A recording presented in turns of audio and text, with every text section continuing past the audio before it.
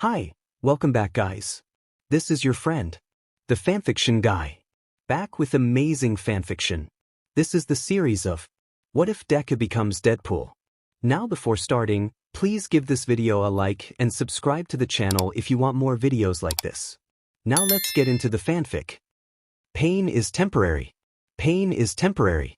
He repeats these thoughts in his head like a mantra, reminding himself that the pain, no matter how great, will fade and die away as his body mends itself. A missing limb only hurts for a few minutes, 5 at the least and 10 at the most. If he narrows that down to 10-second chunks, and whittles those down until he reaches those marks, 5 minutes really doesn't seem as far away. Just another 10, and another 10 after that. You, the gaunt, golden-haired man begins before seeming to swallow heavily. With a quirk like that, becoming a hero could put you in a dangerous frame of mind. You'd be sacrificing yourself constantly and subjecting yourself to horrendous pain, and that's no way for a child to grow up.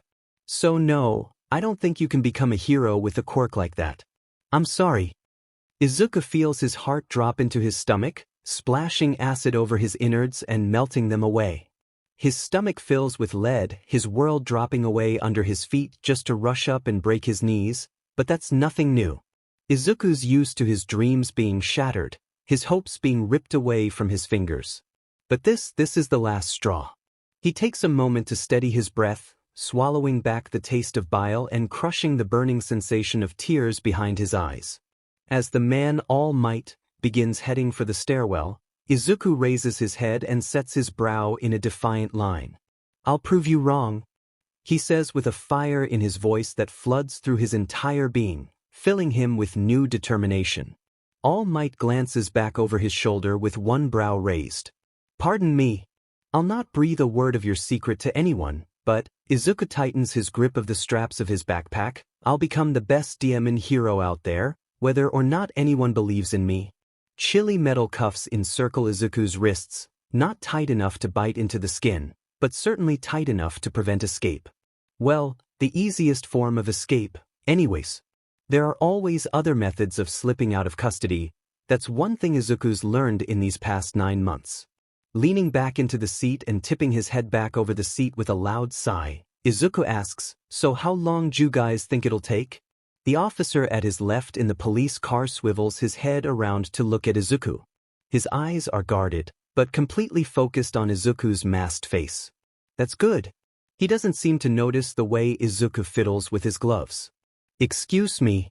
Izuku sits back upright, making sure he's causing enough movement with his upper body to prevent the officer's eyes from wandering down, to where Izuku slips an unfolded paper clip out of the space between his wrist bracer and his glove. Smiling despite the fact the officer can't see it, he shrugs his shoulders and responds, "How long do you guys think it'll be before I inevitably escape once again?" At the officer's hard stare, Izuku barks out a laugh. "I mean, you guys know as well as I do that there's not much I can't escape from. And I'm not even being pretentious here. I'm just stating facts. To be quite honest, the probability of me escaping this vehicle today is hovering at about the 95% mark." The officer blinks his blue eyes, slight surprise flaring in his gaze. "Have you worked out the details that quickly?" From the passenger seat in front of Izuku, a senior officer mutters, "Don't humor him." "Nah, I just like using bullshit percentages. But to be quite honest, I would assume, with a click quiet enough to be lost in the white noise of the engine, the cuffs slide open, that I'm about 99% complete with my escape attempt. If it can even be called an attempt. You know, seeing as it's dead certain to succeed." The movement of the cuffs beginning to drop draws the young officer's eyes off to the side, just as Izuku presumed it would. In the split second between the cuffs falling from his hands and the clank of them hitting the floor, Izuku moves. His left hand darts out, grabbing the officer by the face and slamming his head back into the car door. A second impact with the door knocks the officer unconscious, and as confusion erupts in the driver and passenger seats, Izuku yanks his pair of fiberglass rods from the unconscious officer's belt. He jabs the pronged end of one rod into the officer in the passenger seat, pressing a button on the body of the rod and delivering an electric shock. This sends him slumping forward against the dashboard as the driver struggles to reach for the gun at his belt. Before he can do that, However, Izuku yanks the lock on the door open and rolls free of the vehicle. Various points on his body spark with pain and there's a loud crack as he skids across the pavement, but he pays it no mind. Instead, he rolls with the impact, gathers both rods in his left hand, and is up on his feet in an instant. Civilians pass by in a blur as Izuku runs, his feet hardly touching the ground and his breath coming in short puffs. He doesn't know how long he runs for, but he eventually slows to a jog, then a walk, and leans up against the brick and concrete wall of some old building. With a forceful cough, Izuku takes stock of everything as he slips the fiberglass rods into the sheath at his back. I broke my arm, he notes, squinting at the awkward angle of his right forearm. He reaches over with his left hand to straighten it, vaguely acknowledging the 3 friction burns stretching along his ribs and right thigh, but he starts with a jump as his phone vibrates in his pocket. Exhaling sharply, he reaches instead for his phone, pulling the bottom of his mask up enough for his mouth to be exposed. Hello. Izuku. Where are you? Dinner's almost ready. Izuku stiffens at the sound of his mother's voice. He pulls his phone away from his face long enough to glance at the time. He's definitely been out longer than he intended, before forcing himself to keep his voice steady. Oh, sorry Mom. I just went for a run and lost track of the time, he says with a sheepish laugh. There's an exasperated sigh from the other end of the line, followed by a mock-scolding voice, you and your fitness craze. You probably could have passed UA's entrance exam and gotten into the hero course with your physical strength alone, you know. Izuku laughs softly, but it's cut short by a hiss of pain as his broken arm snaps back into place with a muffled crack. Of course, Inko picks up on this and immediately asks, Izuku, are you okay? Why yeah, I tripped a little bit. He's aware it's a lame excuse, but his time as a vigilante has certainly improved his ability to lie with ease. Somewhat. Inko makes a dissatisfied little noise, but doesn't press the issue further, thank God. Alright, just make sure you're home soon. I made katsudon tonight I'm definitely on my way. Izuku interrupts, prompting a soft peal of laughter from his mother. Okay, Izuku. See you in a bit. Izuku lets a smile spread across his face at that, replying with, see you then. Once the call ends, he drops his phone back in his pocket and glances back at his arm. Looking at it now, you'd not even be able to tell it was broken. Other than the dirty scuff marks on his otherwise unmarked white gloves, Izuku's arm looks untouched. As for the road rash on his sides, even that's faded away. Of course, there's a few shredded spots in the thigh of his jumpsuit from his escape, but the dark gray hoodie he's wearing over his suit protected it from being torn along his ribs. With a soft hum, Izuku looks around to get his bearings, then heads north, towards where he left his backpack hidden in a back alley. Naomasa sits hunched over at his desk, rubbing at his eyes with an exasperated sigh. He lowers his hands briefly to focus on Sansa in front of him. The younger officer has an amused glint in his eyes, but Naomasa is just tired. So he escaped again. The detective mutters, unsure of whether he's addressing himself or Sansa. Sansa chuckles, moving forward to sit in a vacant rolling chair. As he rests his hands on the desk, he smirks. The boy's a modern-day Harry Houdini.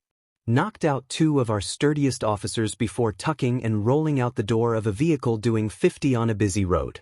As always though, there were no major injuries. This does nothing to ease Naomasa's growing stress headache. In fact, it only makes it worse. Knowing that nothing the vigilante gecko ever did resulted in severe injuries or death only made it harder to pursue him. Not to mention he'd managed to help bring countless dangerous villains into custody, so Naomasa couldn't really send pro-heroes after him. He caught the villains the heroes were unable to apprehend. Naomasa sighs yet again. Sansa laughs.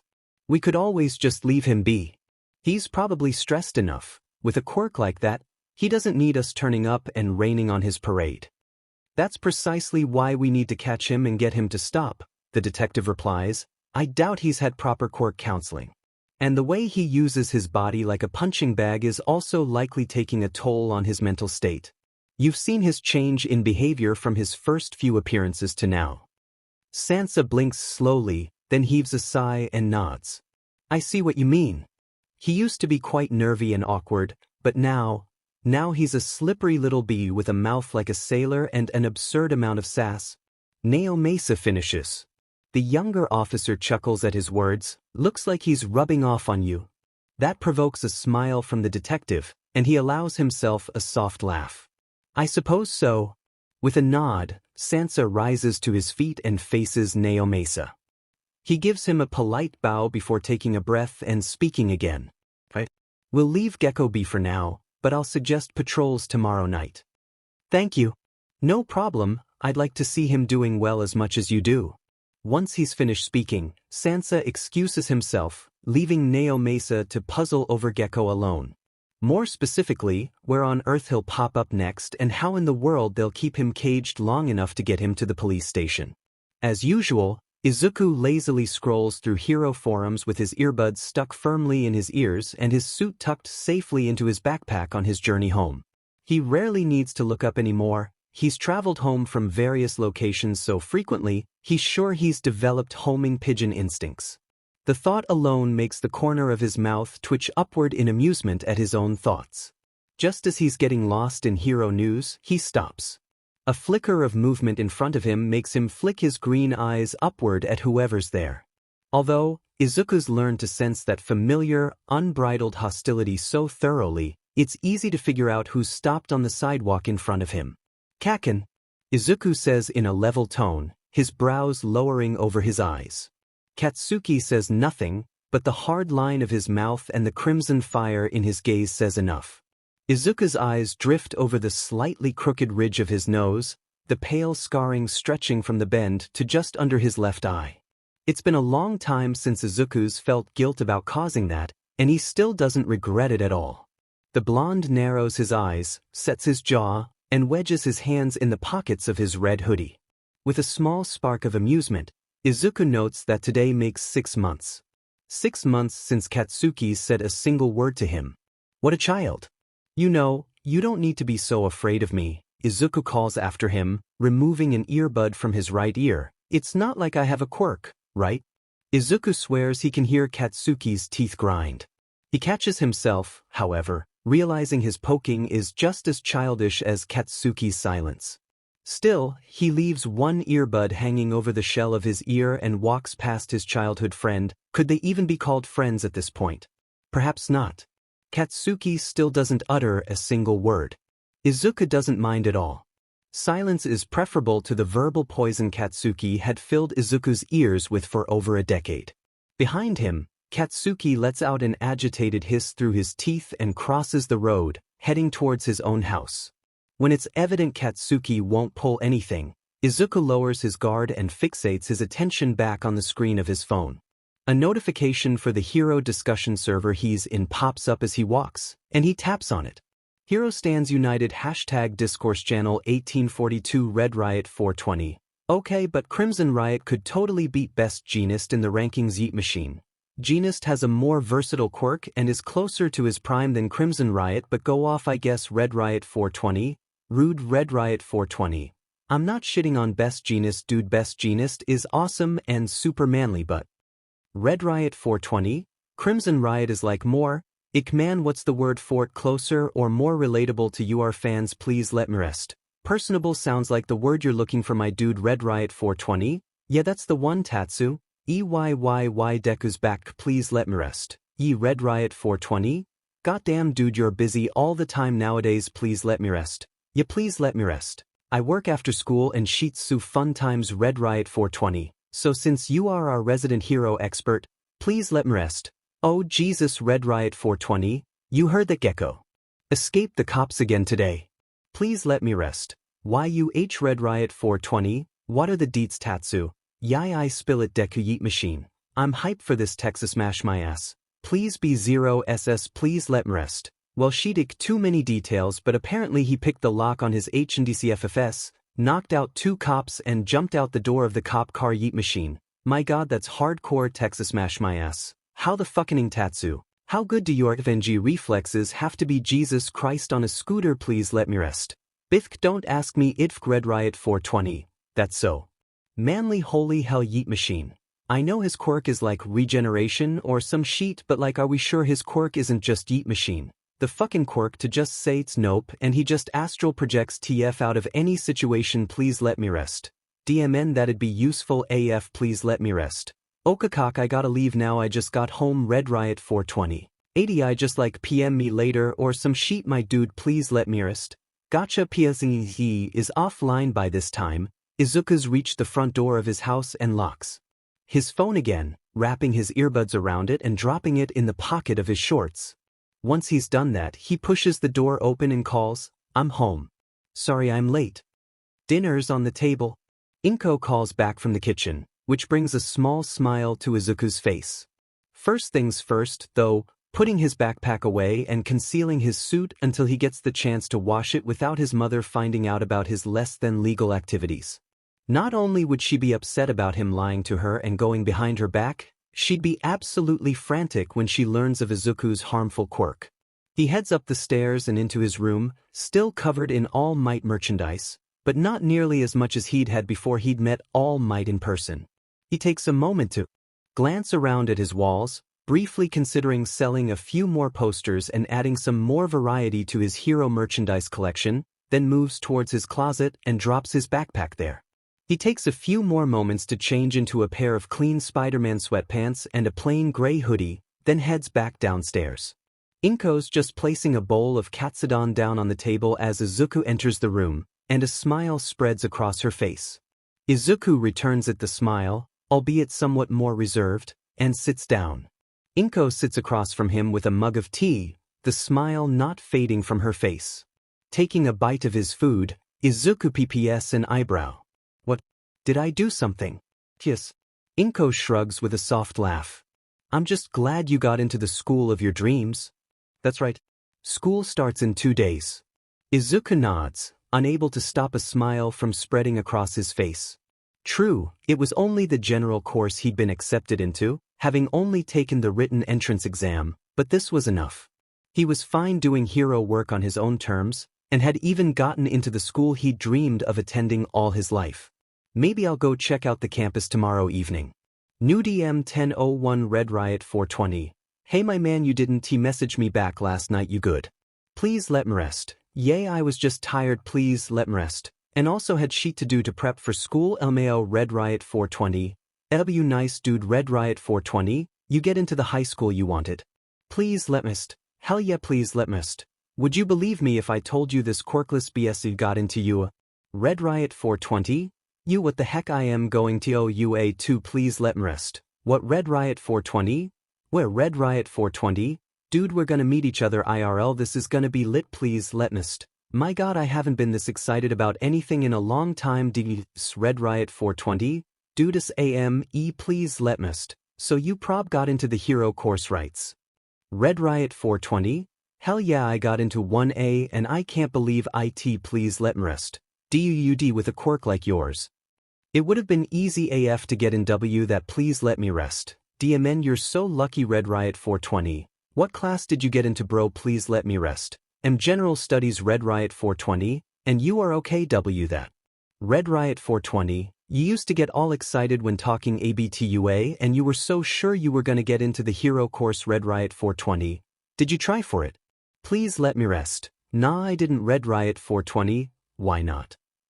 You are super smart and stuff, dude, you could have done it, please let me rest. Well, this is kinda gonna bring the mood down a bit, but please let me rest. I met someone I looked up to a lot and they said something to me that it made me start running almost on 100% concentrated spite, but also I kinda lost faith in myself when it came to becoming a real but hero. LMAO, please let me rest. By the time I reevaluated my decisions and decided, hey yeah, maybe I can do it, even though this dude was kinda an a-hole too. I was already heading to UA for the Gen Ed entrance exam. Please let me rest. So depressed. yesterday me did a stupid. Please let me rest. On the bright side though, sometimes general study students can get moved up to the hero course, so I still have a chance if I work hard enough. Red Riot 420. Dude, Red Riot 420? Oh my god, Red Riot 420. That's so manly. Red Riot 420. You def did a stupid, but you are optimistic. ABT fixing it, and that's inspirational AS. Hell OMG, please let me rest. JHDSGVKHDVHDSF, thank you. I mean I'm just tired, but if you think that's inspirational I must be doing something right. Red Riot 420, digs hell yeah you are doing something right dude please let me rest. Axjik OMG Red Riot 420, though I gotta ask Red Riot 420, is spite like you are number one motivator to do things BC this seems to be a reoccurring thing with you please let me rest. Pretty much yeah Red Riot 420, I don't know whether to shake my head at you or laugh tbh please let me rest. Both options are valid Red Riot 420.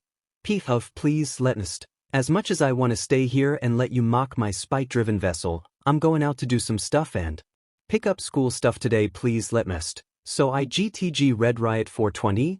Okay you angry hobbit please let me rest. I am not that short you but Red Riot 420, see please let me rest. Call me a hobbit one more time and is2g as soon as I see you are but at UA I'm gonna suplex it into the nearest pond Red Riot 420, see please let me rest. I hate you Red Riot 420. Love you please let me rest. Fuck you please let me rest. I can't fucking hate you GDI Red Riot 420. I feel blessed the hobbit loves me please let me rest. PLC is offline Izuku pushes his rolling chair back from his desk, slapping his laptop shut with a soft clack. Stretching his hands above his head and arching his back in a stretch, he yawns as his mind wanders to the thought of his future meeting with Red Riot that stares him in the face with total certainty. The thought makes him quirk the corner of his mouth upward in a smirk. He laces his fingers behind his head, staring at the Kamui Woods poster in front of him that contrasts so sharply with the bright primary colors of his All Might poster collection. After a minute or so like that, Izuku takes a breath and rises to his feet. As he moves to change into daytime clothes, he hears Inko call his name from outside his room. Yeah. Izuku responds. Inko cracks the door open, waiting until Izuku's finished pulling on a plain gray t-shirt and a pair of faded jeans before opening it all the way. She's smiling brightly, a piece of notepad paper in her hands as she approaches. Izuku takes it from her when she offers, skimming over it briefly before glancing at his mother. This is a shopping list. I wrote down everything I thought you'd need for school, she says, reaching back to adjust her hair tie, other than what's on the list provided, that is. You never know what you could be missing until the moment you need it. Izuku reads over the list again, paying more attention to each item on it. Most of it is fairly normal, like extra pencils, notebooks, different colored highlighters. Izuku had a habit of meticulously color-coding his notes, and the like, but a few items catch Izuku's eye. Suppressing the urge to laugh, Izuku taps one particular item with his index finger. Sewing supplies. Now that you're going to a hero school, I'm sure you'll be needing to repair your clothes at the drop of a hat. A sewing needle and thread would do you a world of good for those moments you'll need it. Inko explains as she rests a hand on her son's shoulder. Izuku heaves a sigh.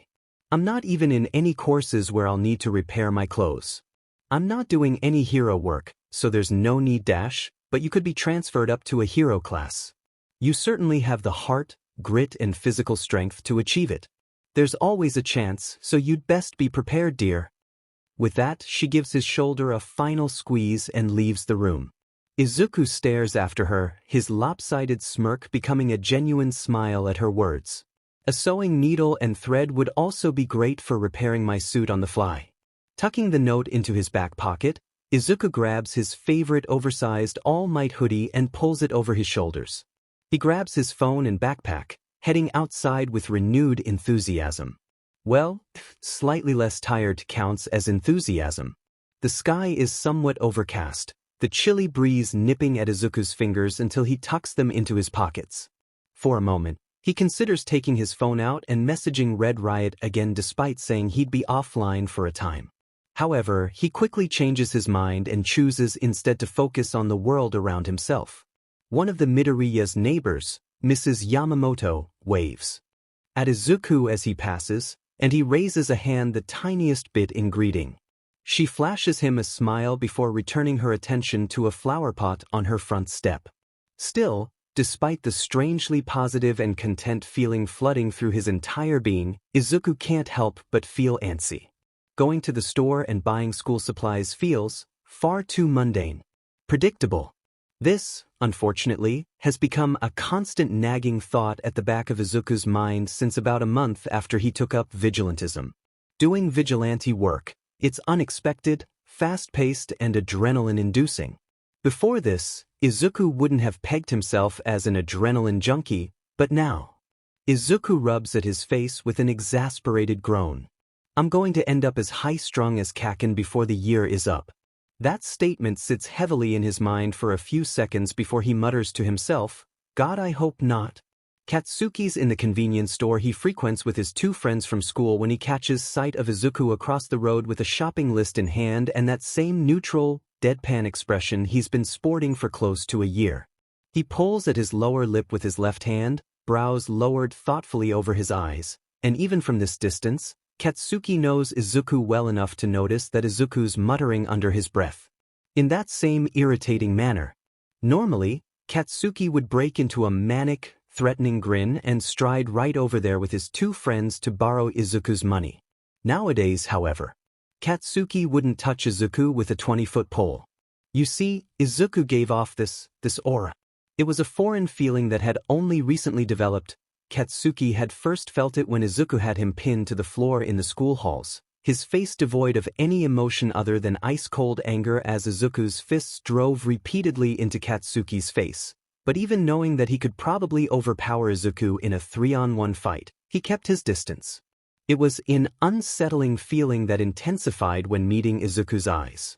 When he held Izuku's gaze too long, it felt as though ants crawled under his skin and the scar on his face would twinge to remind him of what that shitty nerd could do. I can destroy you, his eyes said behind the haze of tired disinterest. Though even despite the stark contrast between Izuku's and Katsuki's popularity, nobody would believe him if he said Izuku wasn't actually quirkless. Izuku pauses across the road, blinking in surprise before turning his head to glance at where Katsuki and his two friends loitered outside the convenience store, slushies in hand. There it is again, that feeling of unease starting to slide its cold claws up his spine. It's not as though Izuku is doing anything, no, he's just standing there with one eyebrow ped. He even has the audacity to give Katsuki a small wave, albeit with that infuriatingly dead expression and half-smirk. Katsuki's not sure what his friends are saying, but he's positive they must be talking about Izuku. He lowers his gaze to the lid of his slushie. I can't FNG stand him. And now I'll have to deal with seeing him every FING day until I graduate UA. Izuku heaves a sigh, watching as Katsuki mutters something to the two boys that follow him around. He doesn't give Izuku a second glance, but his friends glance between Izuku, supposedly quirkless, and Katsuki with the same mild confusion they always do. They wonder why he doesn't attack me. Izuku shrugs it off.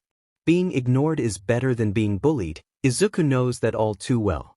He doesn't need friends if none of them can see him for his character rather than his supposed lack of a quirk. Skiing in a deep breath through his nose, Izuku finds his mind drifting off towards the thought of meeting Red Riot in person.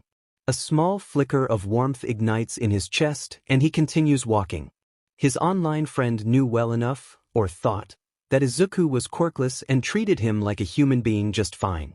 If that holds up in person, well, Izuku supposes one friend would do him some good. People may be terrible, but being lonely is just as bad. He takes another breath and tucks the shopping list in his pocket, pulling out his phone instead. He scrolls through the Hero News forums as he walks, pausing when his eyes fall on a newly updated article about increased villain activity nearby.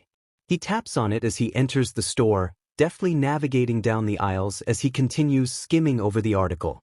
Apparently, villain activity is becoming more coordinated, but the attacks are also suspiciously sparse. Izuku reaches out to grab a spool of thread and a package of sewing needles from the shelf in front of him before letting his eyes flick back to the screen. He reaches the bottom of the article and immediately goes to the comments. Kenji 945 bruh, this sheet's kinda creepy. I was wondering where all the villain activity went. Camuudston 947 yeah man, I bet they're planning something bad.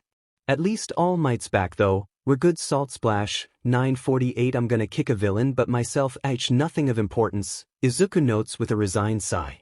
He was hoping that someone in the comments would at least have some insight into where the attacks were concentrated, or where the lack of activity was. Nothing but obvious observations and memes that are honestly just a little funny grace the comments section with their presence.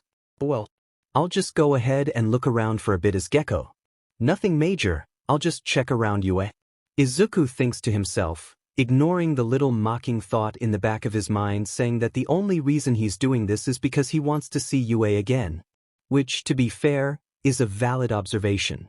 However, he's still a well-known vigilante and obviously, his first priority is to make sure his future school and classmates are safe from villains.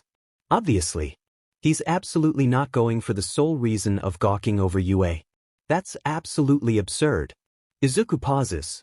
After a few moments, he tips his head back with another exasperated groan at himself. God damn it, I'm still an insufferable fanboy. Izuku searches apps, over to the messaging app he uses most frequently. Red Riot's icon shows he's still online, so as he continues shopping, Izuku messages him. New DM 1114 please let me rest. I'm alive please let me rest. Did you miss me LO Red Riot 420? Always please let me rest. Ah you're so sweet please let me rest. It almost makes me forget you are Hobbit wisecrack earlier Red Riot 420? How much money you wanna bet that when we meet I'll be able to use your head/shoulder as an armrest please let me rest. None please let me rest. Cuz I am gonna kill you Red Riot 420. See please let me rest. Improb not gonna kill you tbh you are like my only friend LMAO Red Riot 420? Yeah you told me about the time you beat the snot out of your childhood friend BC he's actually AD Red Riot 420. And now everyone in your neighborhood ignores your existence please let me rest. Text for the reminder Red Riot 420? Oh geez dude I didn't mean to rub salt in the wound Red Riot 420. I'm sorry plus let me rest. Nah man it's okay please let me rest. Being ignored is better than getting my face shoved in a toilet or being told to Kames please let me rest. And I'm going to UA anyways. Hopefully people aren't absolute FANG walnuts they're Red Riot 420. That's a new insult. Red Riot 420? I should use that Red Riot 420. But I can't wait to meet you. Red Riot 420, I'm gonna hug TF out of you please let's. Please let me. That's cool but, not a fan of physical contact. Sorry man. Red Riot 420, nah that's okay. A crisp high five is good enough if you are okay. With that, please let's. Yeah that's good, Red Riot 420, okay. I have some things to do so I'ma let you go now please let's. Sure Ida's not entirely sure why he feels the need to go to UA and look at it again, just the day before he'll be going there. Perhaps it's the need to prove he made it, maybe it's just routine boredom, or maybe he's just curious. Either way, he takes the train across the city and gets off at the stop nearest to the school. Hands in his pockets and hood of his Crimson Riot hoodie pulled over his head, he walks the sun-dappled path up towards the towering silhouette of UA High. Trees just beginning to bud and blossom crisscross over the sidewalk, painting it in stripes of pinkish gold light and smoky gray shadow. A warm breeze sends dead leaves dancing across the pavement and Ida heaves a deep sigh. I seriously can't believe I made it in. A sharp-toothed grin spreads across his face, his steps quickening until he's nearly broken into a jog. Everything about this is perfect. The weather, the fact that UA hasn't up and disappeared, and best of all, Ida knows this isn't a dream. It's all real. It's absolutely real. He skids to a stop when a thick branch snaps off a tree and crashes into the pavement about 10 feet in front of him. Immediately snapped out of his excited thoughts, Ida blinks once. The moment he does, there's a shout of, "Oh, sweet Jesus dash," and someone falls a good 4 meters from the trees onto the sidewalk. Something cracks loudly as the person's back smacks into the ground and groans, muttering curses under his breath. The sheer ridiculousness of the situation slows Ida's processing speed momentarily, but soon enough, he finds himself recognizing the familiar green jumpsuit, red waist pouches, and dark gray hoodie. He chokes out, "You're Gecko." The vigilante doesn't seem to hear him at first, pressing his right hand into his back and still mumbling curses as he rolls onto his stomach. Ida takes a breath, trying not to make a joke or snicker at how utterly ungraceful Gecko is. Instead, he walks a little closer and repeats himself, "You're Gecko, right?" Gecko turns his head, cutting off his stream of profanity. He focuses on Ida for a moment, and his entire body stiffens momentarily before he hisses through his teeth and sits up on the concrete. There's a few seconds where neither of them speaks, then they both speak at once. Well, this was embarrassed dash. Oh my god, are you okay? Iida stops, snorting with laughter. He offers Gecko a hand, and the boy gives Iida a grateful nod before taking his hand. This is fine and all, but Iida notices Gecko's left arm dangling unnaturally at his side and on instinct, immediately exclaims, "Holy shit dude, your arm.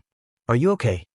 Oh, Gecko glances at his arm, then back at Iida with a one-shouldered shrug. "It's just dislocated. Once I pop it back in it'll reset itself in 2 or 3 minutes. 5 minutes if I just leave it as it is. I can pop it back in for you, bro." The vigilante waves his uninjured hand dismissively. "Oh no, it's fine. Not a fan of physical contact. Sorry, man." At his words, Iida stops with a jolt of surprise. A sense of déjà vu sets in. "Didn't Deku say that to me just a little while ago?" With a shake of his head, Iida pushes those thoughts to the back of his mind until later. Instead, he just flashes Gecko a grin and laughs. "I've reset a dislocated arm before, dude. It won't take 10 seconds. Gecko seems to ponder this for a few seconds, then heaves a sigh and presses a hand to his forehead. But, whatever. Let's just get out of the open first. Please." The exasperated tone does nothing to deter Iida at all. He's always prided himself on his resilience, and he happily follows Gecko off the path to where he sits on the grass behind a few barely flowering shrubs. Iida drops down on the grass next to his left arm. Gecko stares at him for a few seconds before muttering, "You smiling at me like that makes me feel mildly threatened." "Oh sorry." Iida laughs, still smiling. "It's just, I never thought I'd get to meet you in person." Gecko seems startled by Aida's words, and begins to speak, but he's abruptly cut off by Iida popping his arm back in. The vigilante hisses through his teeth as Iida releases him. Flexing his arm and wiggling his fingers for a few moments, Gecko whistles and says, "Not bad. Better than I could do, if I'm being honest." Iida beams. "Glad I could help you out. Were you hurt anywhere else, or?" Gecko shrugs. "I think I cracked a rib, but it's probably healed by now." "Okay, I'm glad you're feeling better."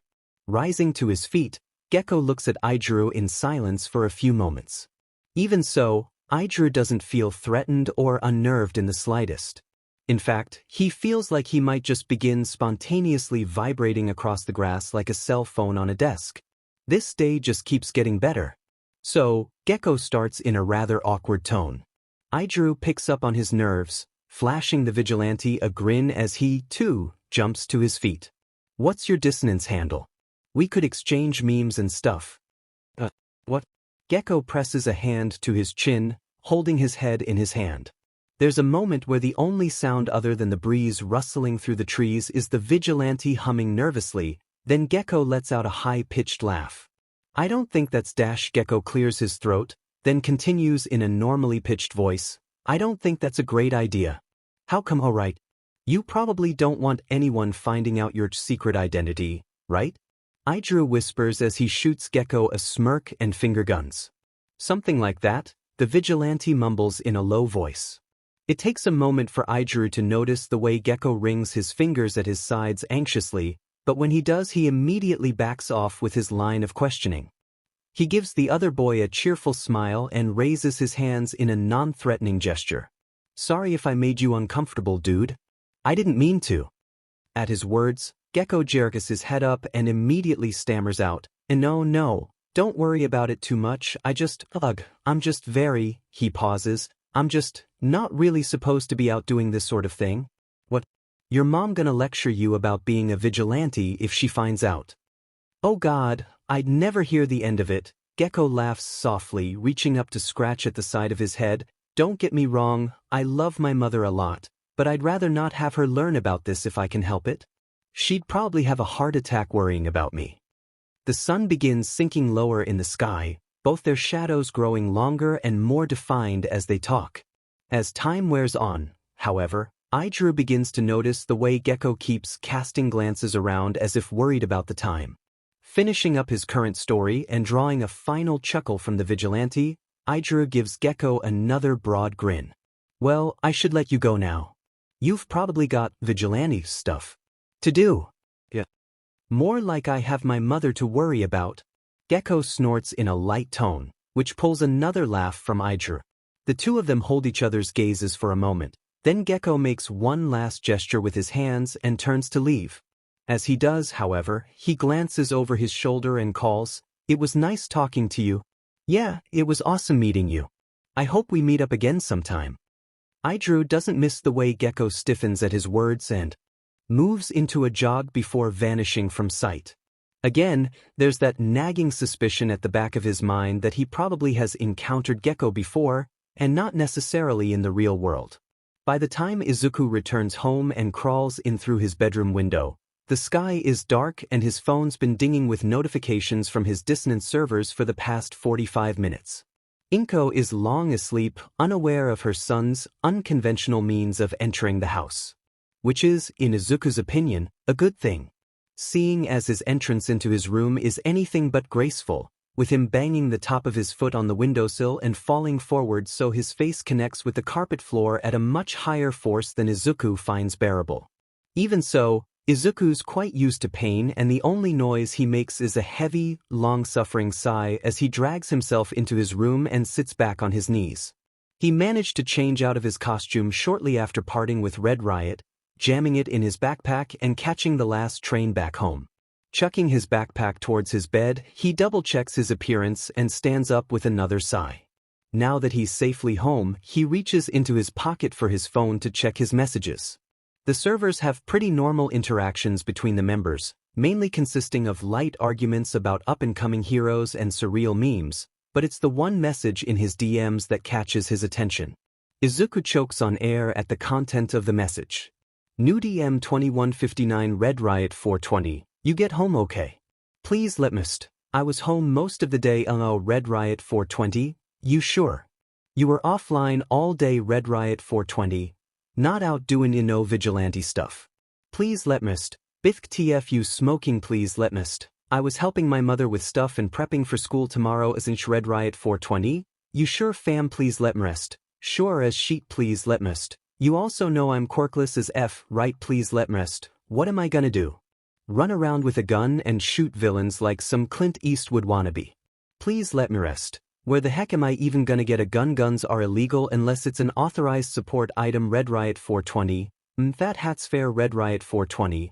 Well, you are never gonna guess what happened today. Please let me rest. Enlighten me. Red Riot 420. I ran into Gecko while going to check out UA. Please let me rest. Bullshit. Red Riot 420. Would I lie to you? Please let me rest. Fair. Please let me rest. What was he like?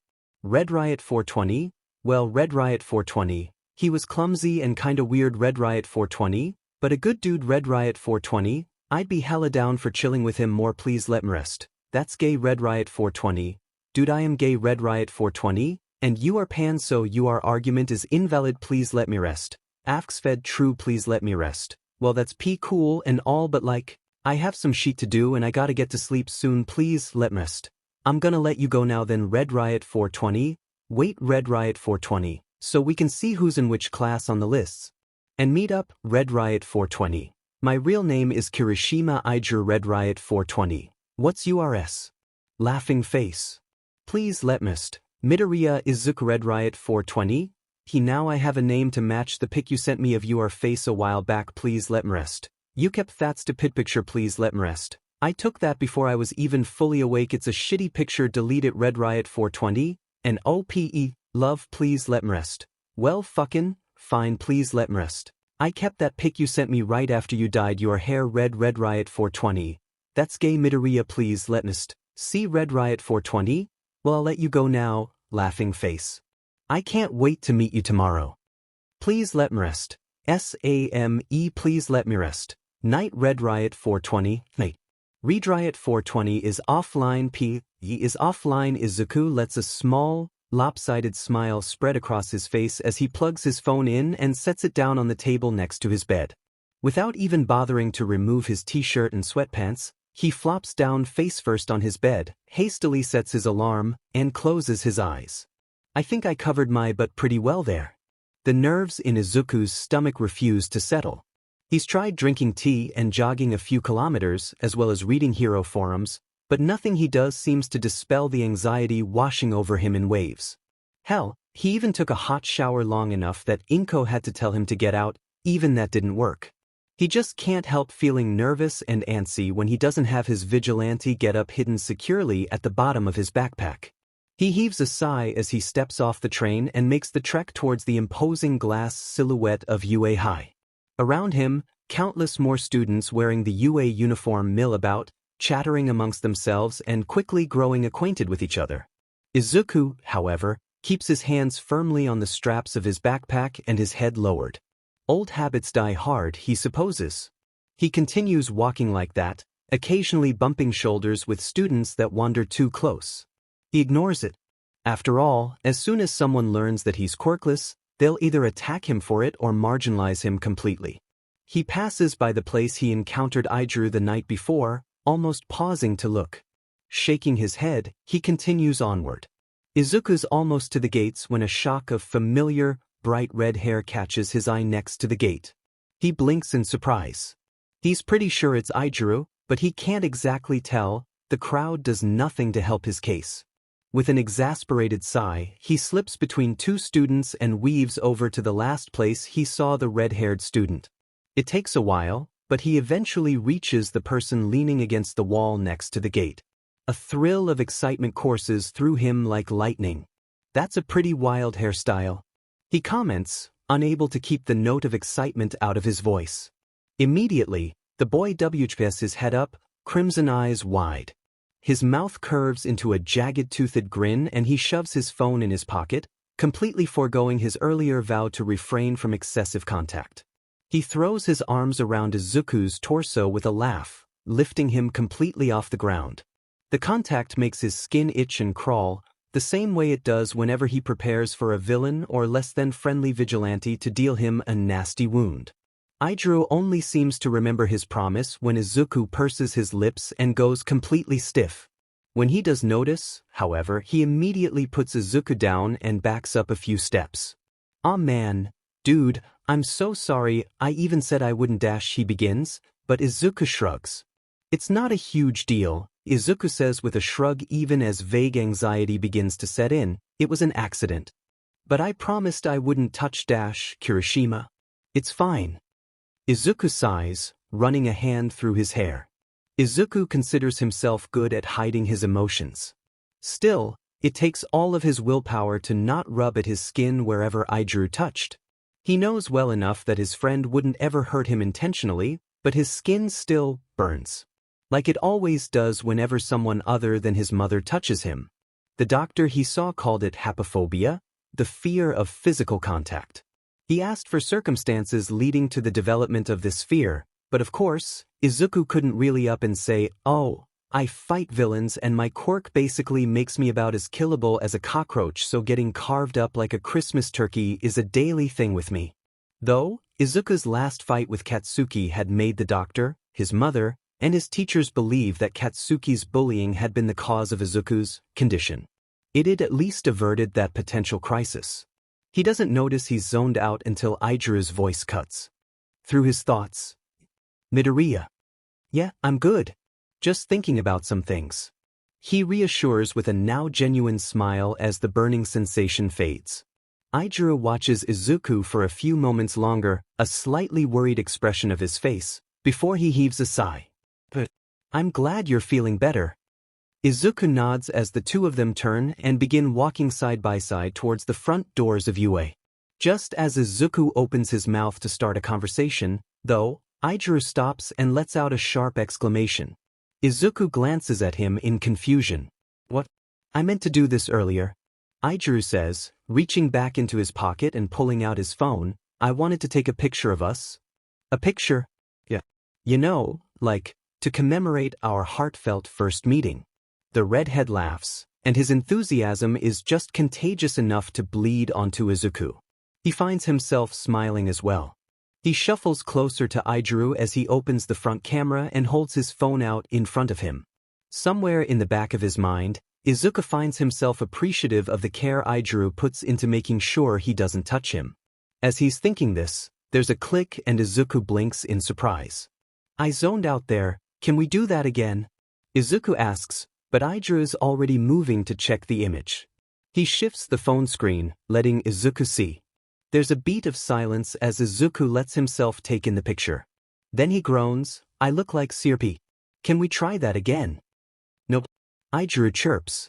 "I look like a zombie, look at the bags under my eyes." "You always look like that." "Oh gee, thanks, you're such a fantastic friend." Aijuru explodes with laughter, doubling over and hugging his stomach as Izuku drags a hand over his face with a groan. Though, his attempt to appear exasperated is thwarted by the smile that creeps across his face. This only makes Aijuru laugh harder. Strangely enough, Izuku doesn't feel bothered by the weird looks the other students give them. He's about to urge Aijuru to move on, towards the school, when Izuku feels the familiar burning itch of scarlet eyes burning into the back of his head. His smile fades. Izuku turns his head and meets the blazing red eyes of Katsuki, about 10 feet behind him. He turns completely to face his old friend with his usual unreadable smile.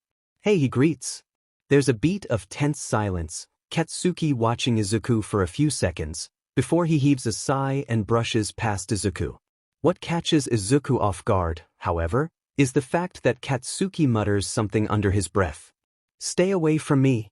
It's nothing new from Katsuki, but the fact that he spoke to Izuku is enough to wipe the stone facade off his freckled face. Aijuru moves up beside Izuku, blinking after Katsuki in surprise before glancing at Izuku.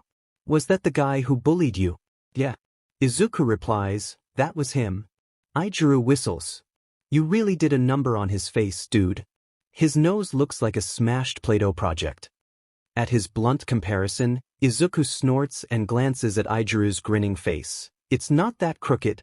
"Oh, it totally is. You're blind." "I'm pretty sure I'd know if I was blind." "Are you sure about that?"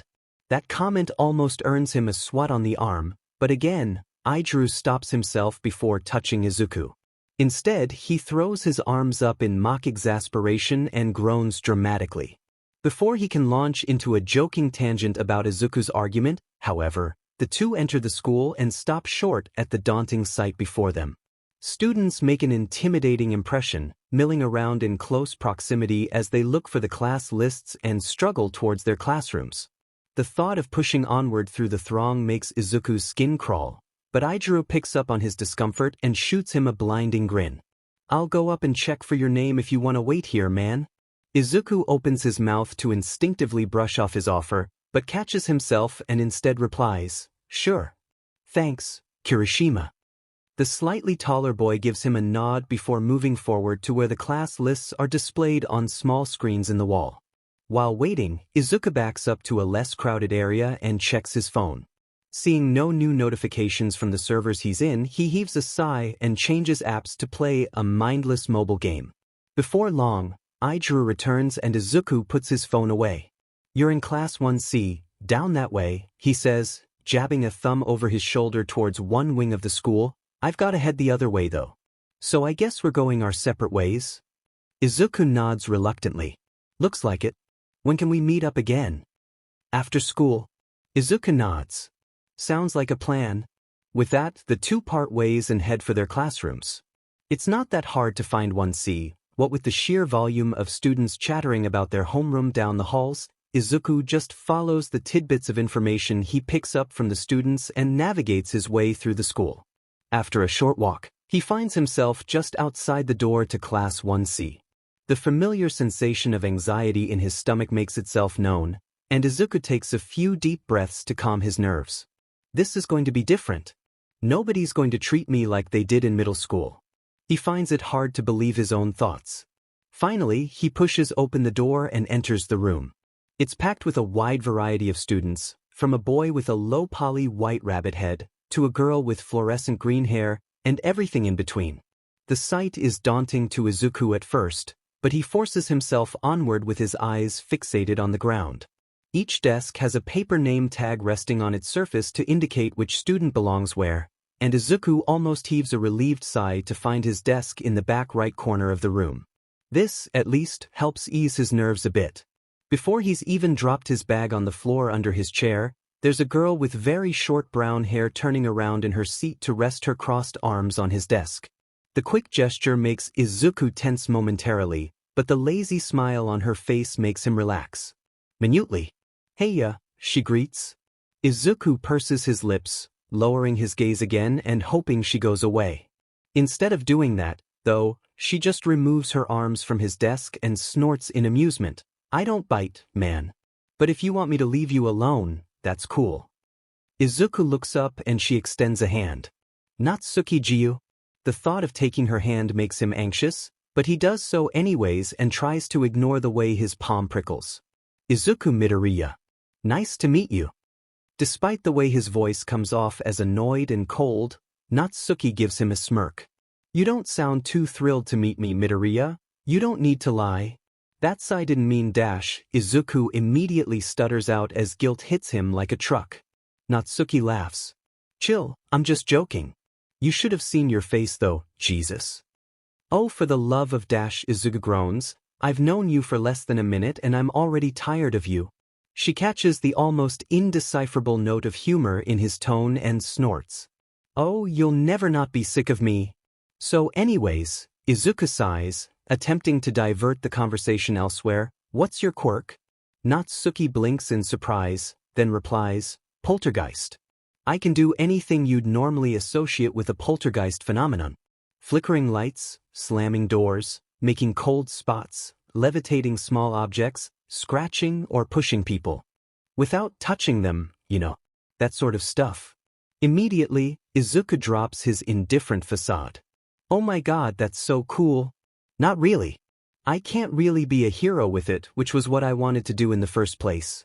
But nothing I can do would be any use in a hero's line of work. Natsuki seems slightly taken aback by Izuku's sudden change of attitude, but doesn't call him weird or creepy, which is definitely a first in Izuku's book. It's a rather nice first. Natsuki answers all of Izuku's questions easily despite how quickly he fires them off. In fact, Izuku would almost be so bold as to think she's enjoying talking about her quirk with him. She's even smiling when she talks. When Izuku runs out of questions, his mind burning with notes to jot down in his analysis notebooks, Natsuki surprises him with a question of her own. So, what about you? What's your quirk? God, Izuku wants to tell her about everything he's discovered about his quirk. He really does.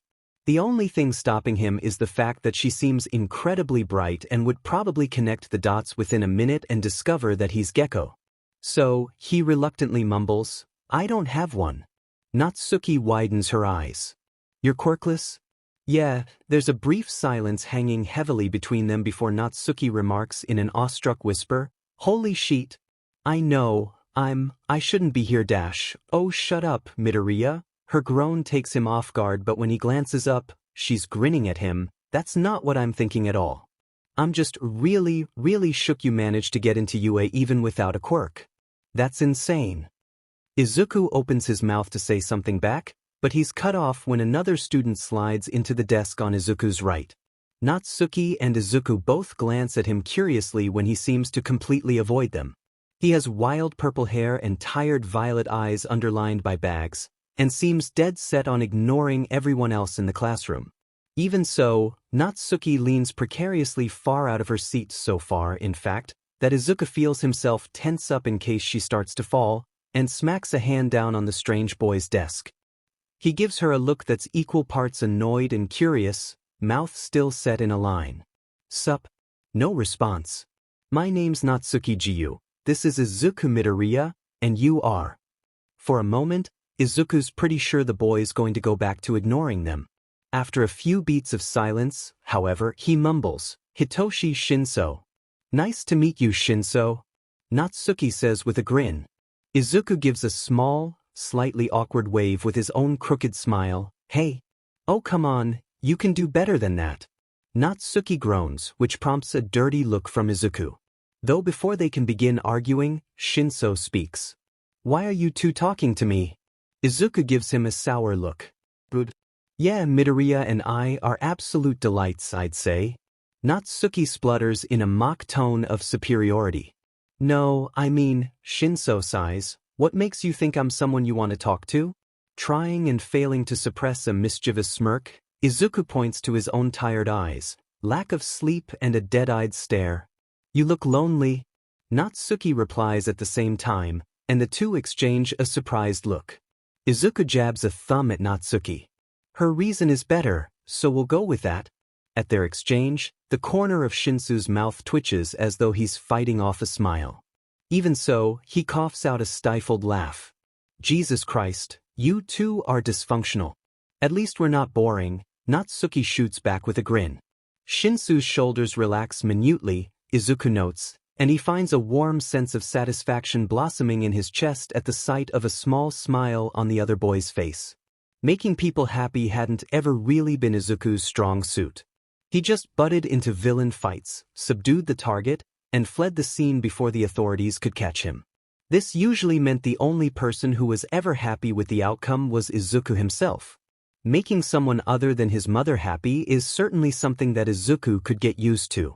Interrupting his thoughts, Natsuki reaches into her pocket with a small exclamation and pulls out her phone. Hey, have you guys got dissonance handles? It's the only messaging app one use and I want to spam you guys. Izuku nods. Yeah, I do. I have one, yeah. Shinso adds, which makes Natsuki grin from ear to ear. Great. My handle's Yeet Machine number 4908. At the mention of that handle, Izuku stiffens. Wait, what? Are you in a server called Hero Stands United? Natsuki blinks in surprise. Yeah, I am. Wait. Izuku laughs. My name there's please let me rest number 2177. Oh my god, you're The exclamation makes a few other students turn their heads to look at Natsuki, but the curiosity doesn't last long. They soon go back to chattering among themselves. Once they do, though, Shinso heaves a sigh. Mine's kinda stupid, but it's Mind Eraser and the number is number 9996. It's not dumb, Izuku says as he sends Shinso a friend request. For 2 years, my handle was SmallMight08. That's a dumb handle. I already see how much better your current handle fits you. Shinso deadpans without looking up from his screen. Izuku flicks a pencil at him. Instead of whacking Shinso in the arm and rolling to the floor, Shinso somehow manages to catch it after briefly fumbling with it and tucks it into his pocket. Natsuki wheezes with laughter as Izuku involuntarily makes a scandalized noise. Shinsu's grinning now, leaning away from Izuku, who's swiping repeatedly at his new friend's pocket and mourning his pencil. Before he can get the stolen utensil back, though, there's a shout from the front of the room. All right, settle down now. Instinctively, everyone glances at the front of the room to see who'd shouted. After a brief moment of silence, everyone shoots into their seats while chattering excitedly. Izuku understands their reactions completely. After all, the pro-hero Midnight is standing at the front of the room in unusually modest clothes, waiting for the noise to die down, and he's almost unable to stifle his fanboyish muttering before it starts. From there, the pro-hero places a stack of papers on the desk at the front of the room and clears her throat. As some of you may already know, I'm the pro-hero Midnight. As your teacher, however, I ask you all to refer to me as Kiyama-sensei. After her brief introduction, she goes through roll call. She calls each student's name in alphabetical order, scribbling something down on a sheet of paper whenever the student called confirms they're present. As she finishes taking attendance, Izuku finds himself oddly excited. A new ambition makes itself known in his mind. I'll prove All Might wrong. I'll become a goddamn hero even if I have to claw my way there, whether or not I get certified for hero work. Toshinori wanders the halls in his true form, a ghost of a smile on his face and his eyes passing over the masses of students heading to the cafeteria for lunch. Becoming a teacher is certainly something he'd never anticipated when he was attending the school himself, but now he's certain he quite likes it. Seeing the future heroes learning and growing is incredibly inspiring, he thinks. His train of thought comes to a screeching halt when a shockingly familiar head of hair splits off from the crowd. Toshinori stops dead, eyes wide, when he sees none other than Izuku Midoriya walking away from his friends to presumably go to the bathroom. He's still the same. The same freckles, the same face, eyes, hair, and so on, but there's something definitely not right with the boy. There's an almost jaded look in his eyes, so different from the hopeful light Toshinori had seen all those months ago. His smile isn't as genuine, tired bags below his eyes, and his shoulders are more slumped than they used to be. Immediately, Toshinori feels a stab of guilt. Is that because of what I told him? As if hearing his thoughts, the boy's eyes find Toshinori's and his face goes several shades paler. He immediately ducks his head and dodges back into the crowd of students, vanishing from Toshinori's line of sight. Even so, the hero moves forward quickly enough and manages to grasp Izuku's shoulder, stopping him with a soft, "Young Midoriya?" What he doesn't expect is for the boy to SCK in a loud breath, his entire body to go stiff, and his feet to leap a solid foot off the ground. Izuku spins around, eyes wide in panic before Toshinori's hand lifts from his shoulder. As soon as it does, though, the strained, tired look returns to his face. He heaves a sigh.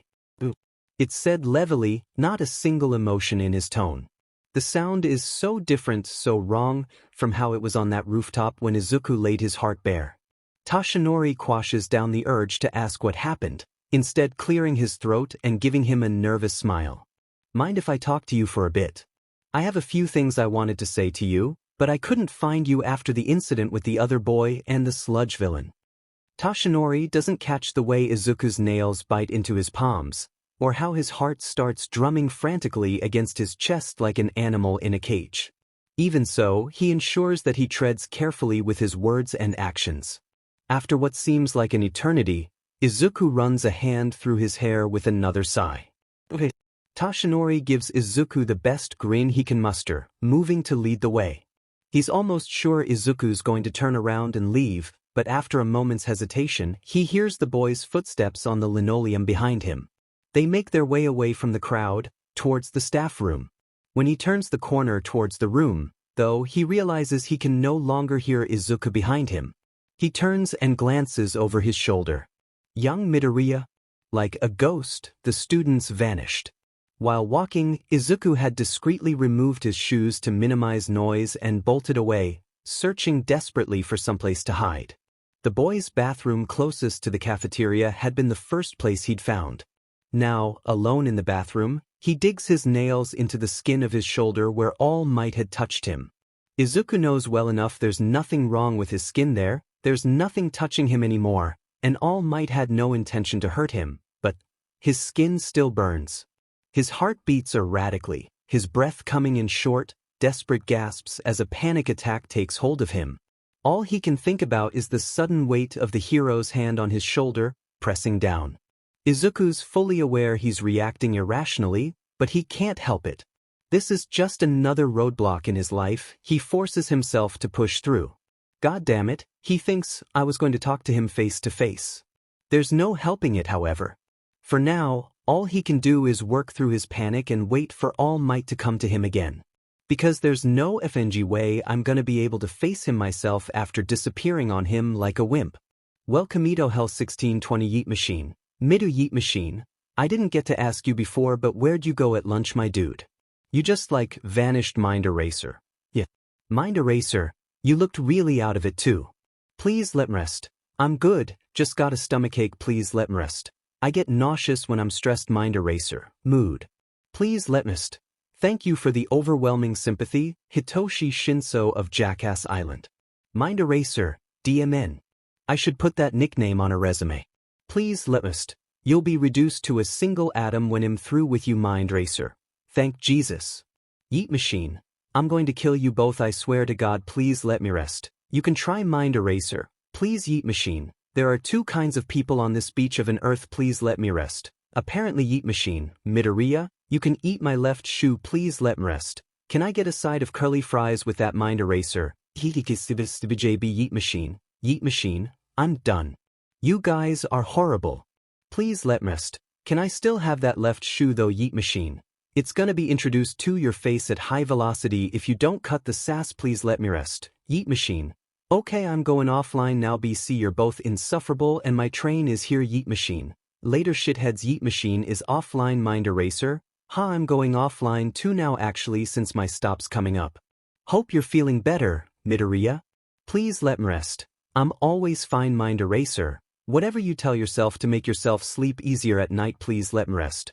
Okay, wow, that was rude, Mind Eraser. Just let us know when you're feeling like sheet. It SCKS dealing with that stuff alone. Then and only then will I cut the sass. Please let me rest. Okay, thanks, Mind Eraser.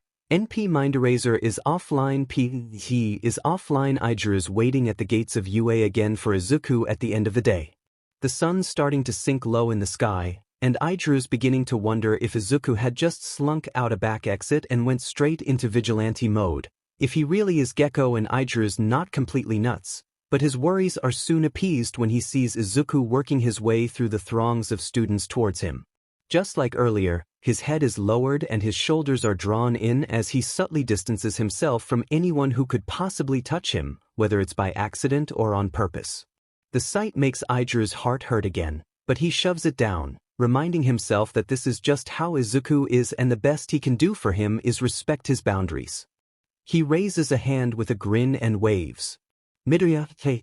Izuku's head comes up and oh god, he looks worse than he did in the morning. His skin is pale, his eye bags somewhat darker than they were, and there's a distant look in his eyes.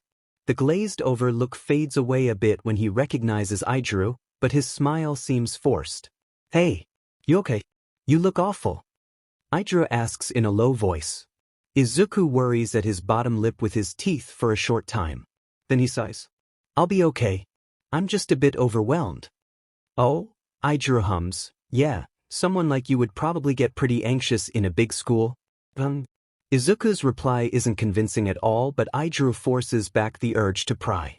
Izuku will tell him when or if he feels like it.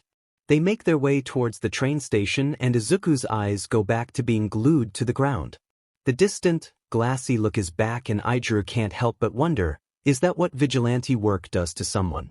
As usual, Izuku waits until his mother's breathing has lapsed into the rhythm of deep sleep before he gets out of bed and shoves a pillow underneath his blankets. He's never known his mother to come check on him closely in his sleep, so the pillow's always been perfectly sufficient. Once that's taken care of, it doesn't take him long to pull on his suit and clamber out the window with all his equipment. The night is clear, the waning moon high above as a cool breeze blows through the quiet streets. Izuku jumps down to the ground, softening his fall by rolling with the impact. If there's one thing Izuku's learned in his time as a vigilante, it's that broken ankles really aren't fun. Izuku may be no stranger to pain, but that doesn't mean he's willing to hurt himself. Reckless. With one last glance over his shoulder, he pulls his mask over his head and breaks into a jog. If I hurry, I can jump on the train to Hosu and get there in time for peak villain activity. Rather than boarding the train like a normal civilian, however, he follows his familiar route to a small walking bridge that crosses over the train tracks. Behind him, the sound of the approaching train rumbles into earshot. With a quick huff of breath, Izuku hops up and perches on the railing of the bridge like some odd, green-clad gargoyle. Eyes narrowing in focus, Izuku waits until the bridge vaguely vibrates from the train before hopping off of it.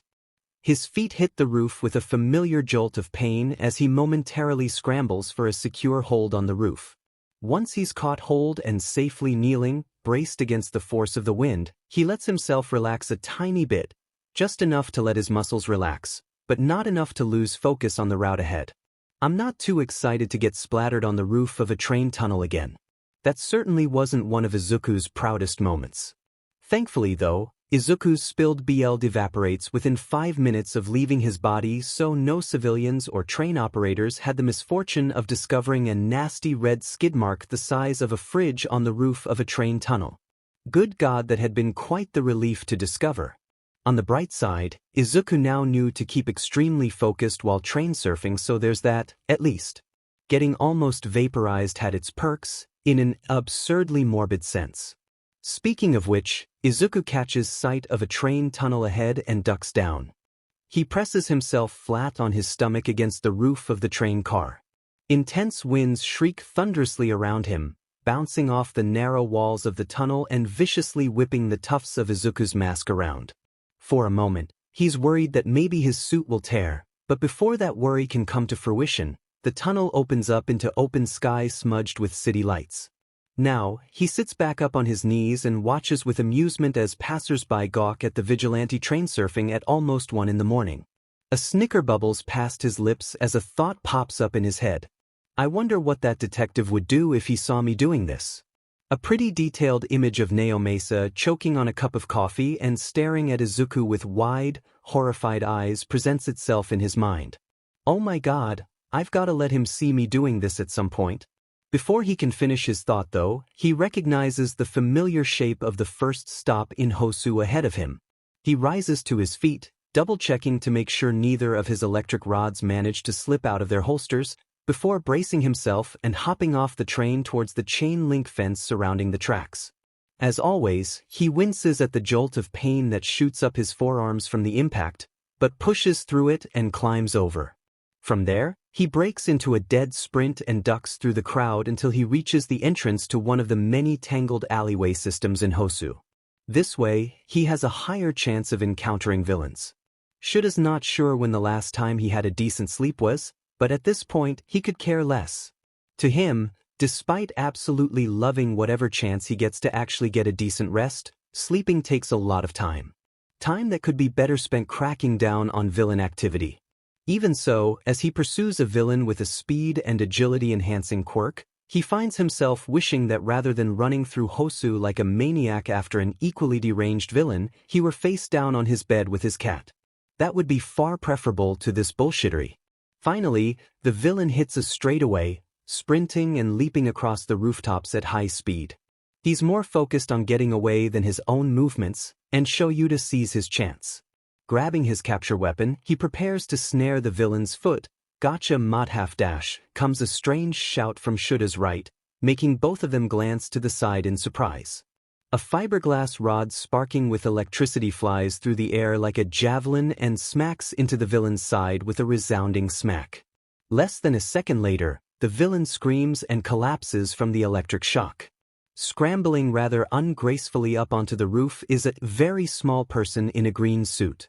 After a brief moment of confusion, Shoyuta recognizes the Vigilante as the one he'd heard some members of the police force discussing on several occasions.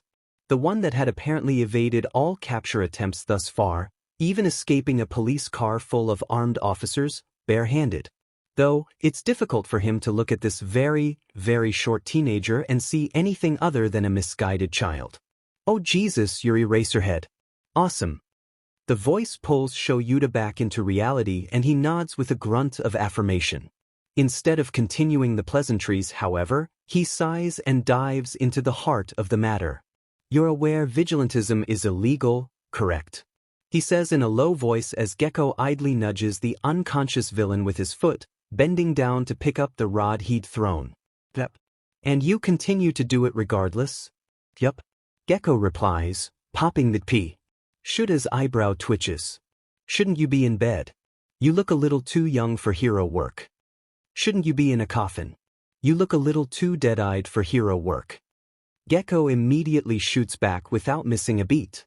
For a moment, Shoyuta just stares, taken aback by the blunt and sudden response. It takes him so completely off guard that it strikes him speechless. After a moment, a pleasantly surprised ghost of a smile finds its way onto the hero's face. Correction, a sassy misguided child. Seemingly unbothered by Shuda's presence, Gecko kneels down and pulls a few zip ties out of the pouches at his hip.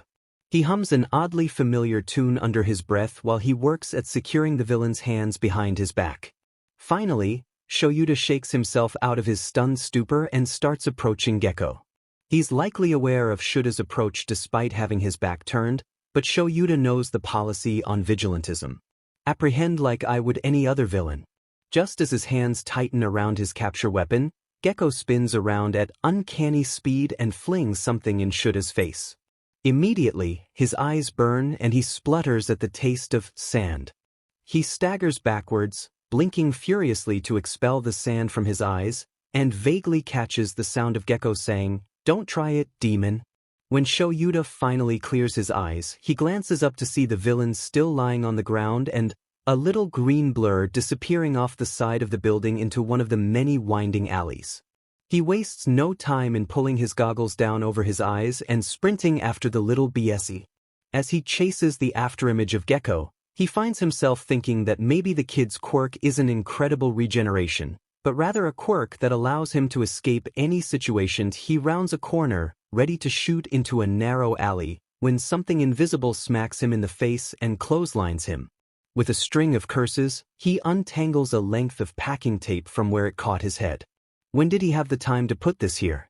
Regardless, he keeps sprinting as he painfully wrenches the tape from his tangled hair. By this time, he's running entirely on guesswork and estimation as to where Gecko had gone, but it's not long before he hears the sound of squealing brakes and a loud thump. He rounds a corner and bursts out into the open. Shoyuta barely manages to dodge a bystander, staggering to a rather ungraceful halt and goddamnit. Shoyuta glances up to see Gecko staggering to his feet, green suit marred with BLD and road rash. One hand is pressed to his side, where what appears to be a rib pokes through his skin. For a moment, Shoyuta almost forgets that Gecko has a regeneration quirk and feels the slightest inklings of panic rise in his chest at the sight of a wounded teenager running from a collision with a vehicle. Quickly, he quashes down his worry and pursues Gecko again. Needless to say, Gecko doesn't get very far down another alley before Shoyuta ensnares his ankle and pins him to the ground. As Shoyuta holds Gecko down firmly, the Vigilante snickers. You know, you don't have to be so careful with my injuries, I heal pretty fing fast. His voice is slightly strained, I'll assume he still feels pain. You talk quite a bit for someone who's supposedly tight-lipped, Shoyuta begins in a flat tone. Would you mind telling me who you are under the mask? The white eyes of Gecko's mask narrow as if he's smiling and he replies, Lara Croft. Wrong answer. The hero twists Gecko's arm and pushes it up his back in a vague threat to cause harm. This only earns him a bubbly giggle from the Vigilante. You're acting like busting my arm's gonna make me talk. Nah man, breaking my arm is about as close to an off SWH as you can get with me. Unless what you want to hear is some heavy breathing through my teeth, a few nasty words, and maybe a bit of muted crying because I'm once again forced to come to terms with the fact that no matter how much good I do, I'll never be appreciated for it and I'll die alone, hated, and forgotten. Silence. Shoyuta heaves a sigh. Risking Gecko's escape, he brings up a hand to rub at his eyes. Now I understand exactly why that detective wants to get you caught and into therapy. Oh boy, therapy? Gecko exclaims, man, I love therapy. I went to therapy for 4 years 'cause my teachers in elementary and middle school thought I was the reason I got the shit kicked out of me. Funny, right? But get this, they thought I was the problem even though I was the one being attacked for no reason. Was that oversharing? I think that was oversharing. Well, it's too late to turn back now, we're past the point of no return dash. Shut up, you insufferable chatterbox. Chatterbox. I like it. Should have made that my hero name. It would have fit you better than Gecko. Rude. But valid. Now that Gecko seems momentarily out of things to say, Shoyuta takes the opportunity to pull his phone out of his pocket and call Naomasa. As he brings it to his ear, Gecko seems to grow very interested in his hand. Ooh, who's the lucky dude, Eraserhead? Gecko teases in a tone that Shoyuta can only describe as sheet-eating. It takes him a moment to understand what Gecko means, but when he does, he steals a glance at the ring on his finger and sighs. Bold of you to assume my significant other is another man. Bold of you to assume my gaydar isn't the strongest thing since the Hubble Space Telescope. Shoyuta squints at the boy. Gaydar? Gay radar? I have a pretty good sense of who around me is gay and who's not. It's pretty helpful, I'd say. Kinda like Ragdoll's quirk from the Wild Wild Pussycats. Except, you know, I detect dash. All right, I know what a gaydar is. I was a teenager once. Gecko blinks. Oh wow, really? You really give off a distinctly immortal aura though. Like Jeff Goldblum. I picked the worst possible vigilante to pursue, Jesus Christ. Regret catching me yet, Eraserhead? The boy snickers as if reading Shuta's thoughts. He forces down the wave of irritation that rises up in his chest, instead clearing his throat. Once he's composed himself, he takes a deep breath and lets it out slowly. Gecko was only looking for a reaction. Shoyuta had to remain calm and collected until the authorities arrived to take this little bestiardi away. Finally, he manages to make the call to Tsukauchi and waits for his voice to come in from the other end of the line.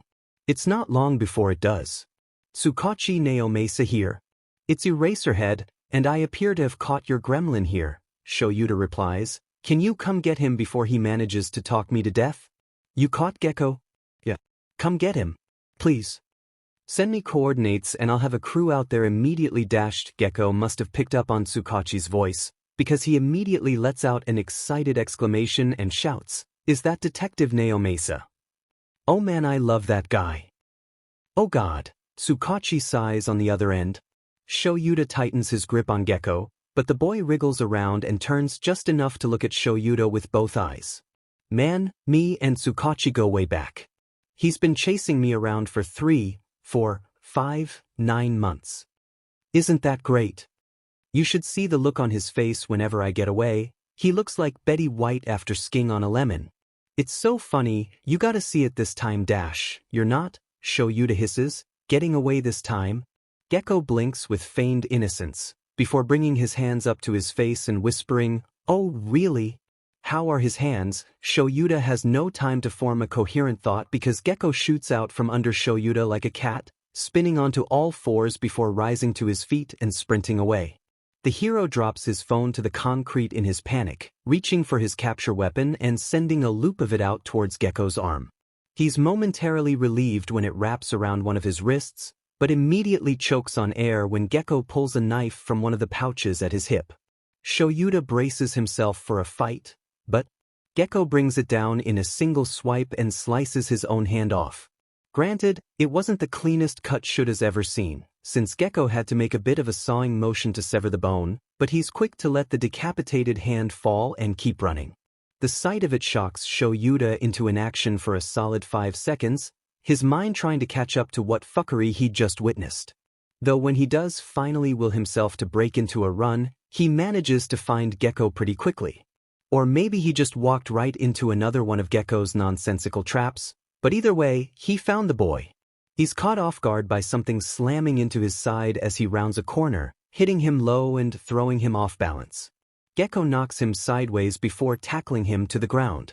As they struggle, however, Shoyuda becomes aware of Gecko trying to wrap more goddamn tape around his arms. Granted, he's having a tough time due to his lack of a hand, but Shoyuda has to give him some credit. If he didn't know any better, he'd swear the kid was growing on him. Eventually, Shoyuda manages to wrestle the kid to the ground, knock the roll of tape away, and hold him there. With a smirk, he comments, "Maybe you should have just run away, problem child. You might have managed to escape then." Hey, I'm not out of ideas yet, Eraser. Shoyuda takes this moment to glance at the stump of where Gecko's hand used to be and tries not to wince.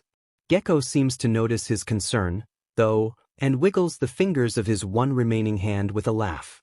"You're acting like it's a big deal that I cut my hand off, man. It's really not anything important, you know I deal with stuff like this every day." That's exactly the problem.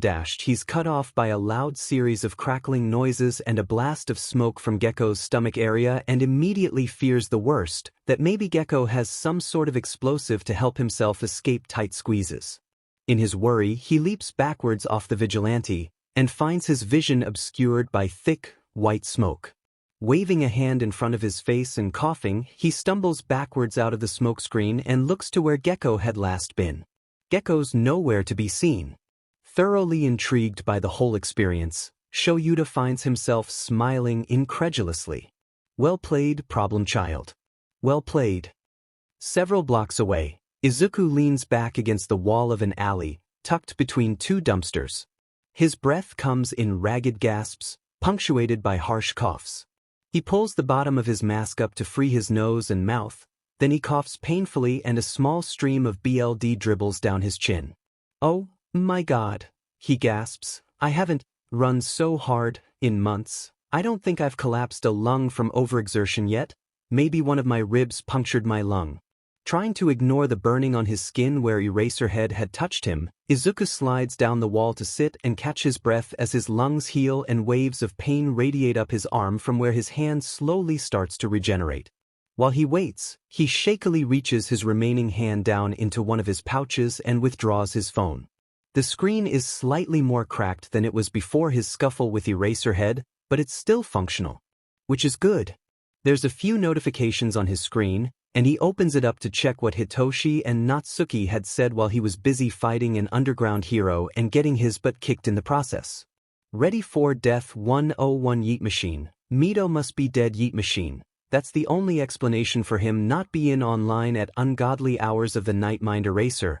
I mean him sleeping is a viable option but go off I guess Yeet Machine. The F is asleep please let me rest. You're right. I am dead. Please let me rest. Come see my memorial service. My funeral sing is Gpnabi Space Jam Yeet Machine. Yes Mind Eraser. I can't even act surprised at this point please let me rest. K well then what's your fucking fine towel Samg Mind Eraser? No, please, continue having a slide. It doesn't make it harder to read your messages or anything. Please let me rest. Well fick UTPO please let me rest. You go get your hands sit off and RY to text. Exit Mind Eraser. Hang on let me go grab a meat cleaver and test that Yeet Machine. Press F to pay respects to Mito's hand Mind Eraser. F Yeet Machine. F please let me rest. F please let me rest. The hand cramps are gone. I'm no longer having an aneurysm Mind Eraser. It's a goddamn Christmas miracle. Yeet Machine. It's Yeet Machine. It's April Mind Eraser. Don't undermine my sad attempt at humor Mind Eraser. Please Yeet Machine. K please let me rest. IGDG. I'll talk to you guys in the morning Yeet Machine. MAO don't die please let me rest. Death is inescapable for all except me Mind Eraser. You poor soul Mind Eraser. Imagine not being able to die Mind Eraser. That's like my worst nightmare Yeet Machine. Big ass mood please let me rest. Okay good night Yeet Machine. Night. Mind Eraser. Later P is offline Izuku drops his phone back in his pocket, glancing at his slightly undersized hand in frustration. That was always something that bothered him about his quirk, the regrowing PRD.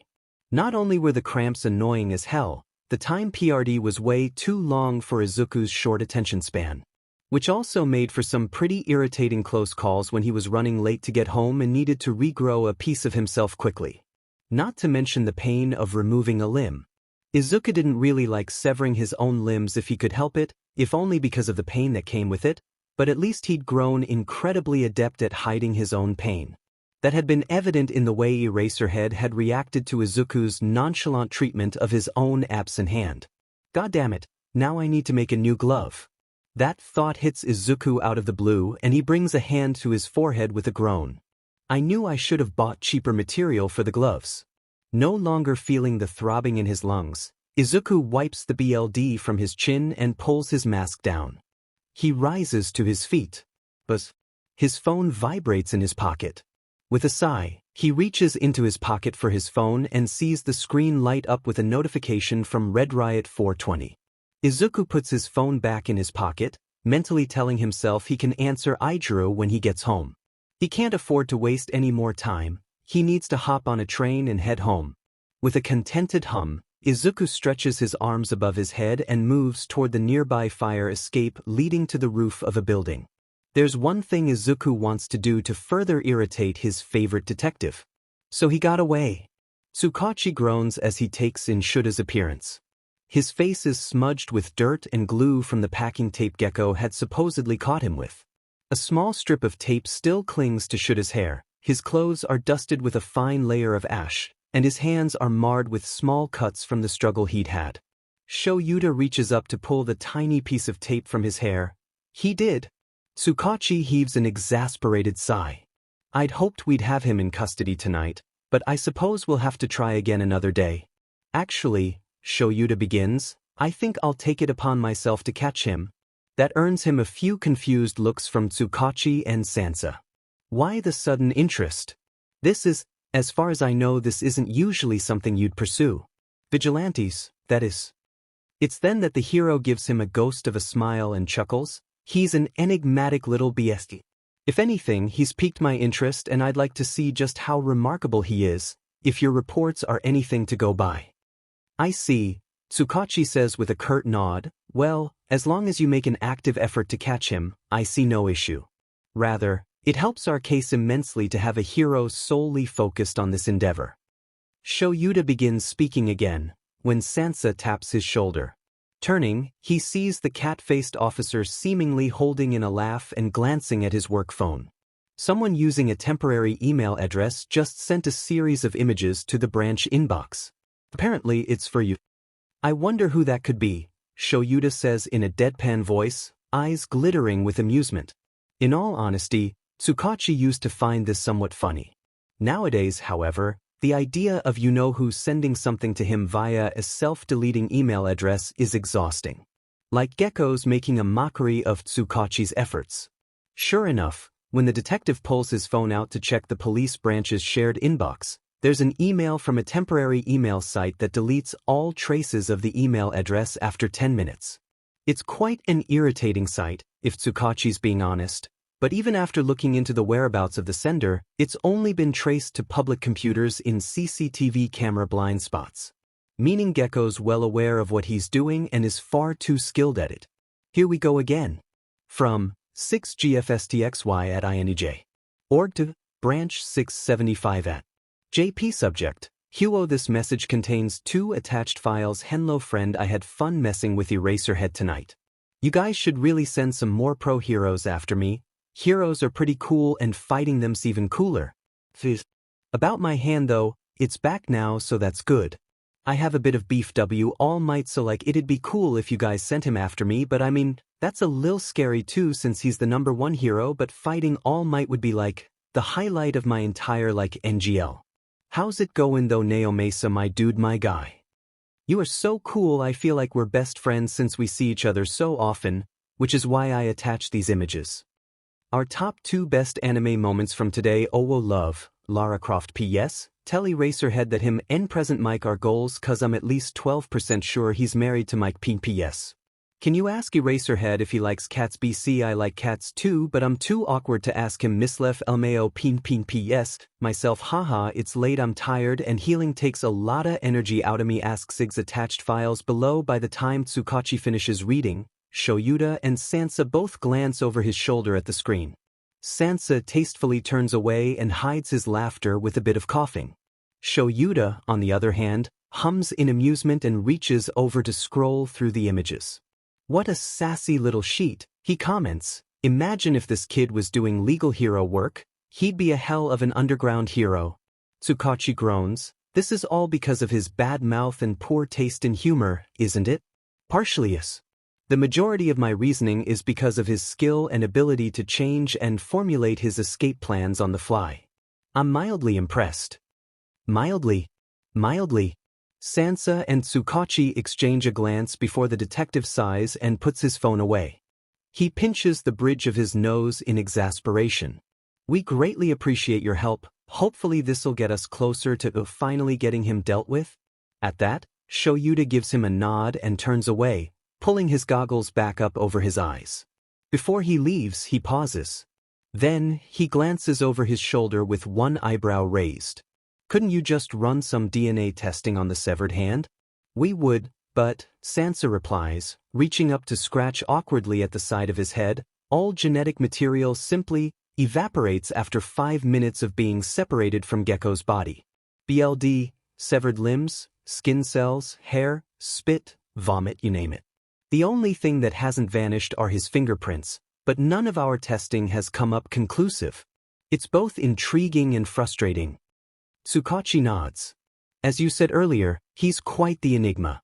He'd be an excellent hero with some counseling, some proper training, and a sense of self-preservation. Shoyuta scratches at the stubble, dotting his chin thoughtfully. He lets out a low hum that catches Tsukauchi's interest, but to his dismay, Shoyuta just shakes himself and raises a hand a bit in farewell. I suppose I'll be off, then. Contact me whenever you get news of him. I'd like to be present when he's finally taken into custody. Preferably by my hand, but we'll see what happens. Tsukauchi nods, watching as the underground hero turns away and melts into the shadows of another narrow alleyway. Once he's gone, the detective sighs and scratches at his head. Hopefully this tips things in our favor. By the time Izuku hops off the train and heads for his house, exhaustion blurs his vision and makes his hands shake. He's doing the math in his head, determining just how long he has to sleep before he needs to wake up for school, and it's not looking good. I'll just sleep through my lunch break and between classes.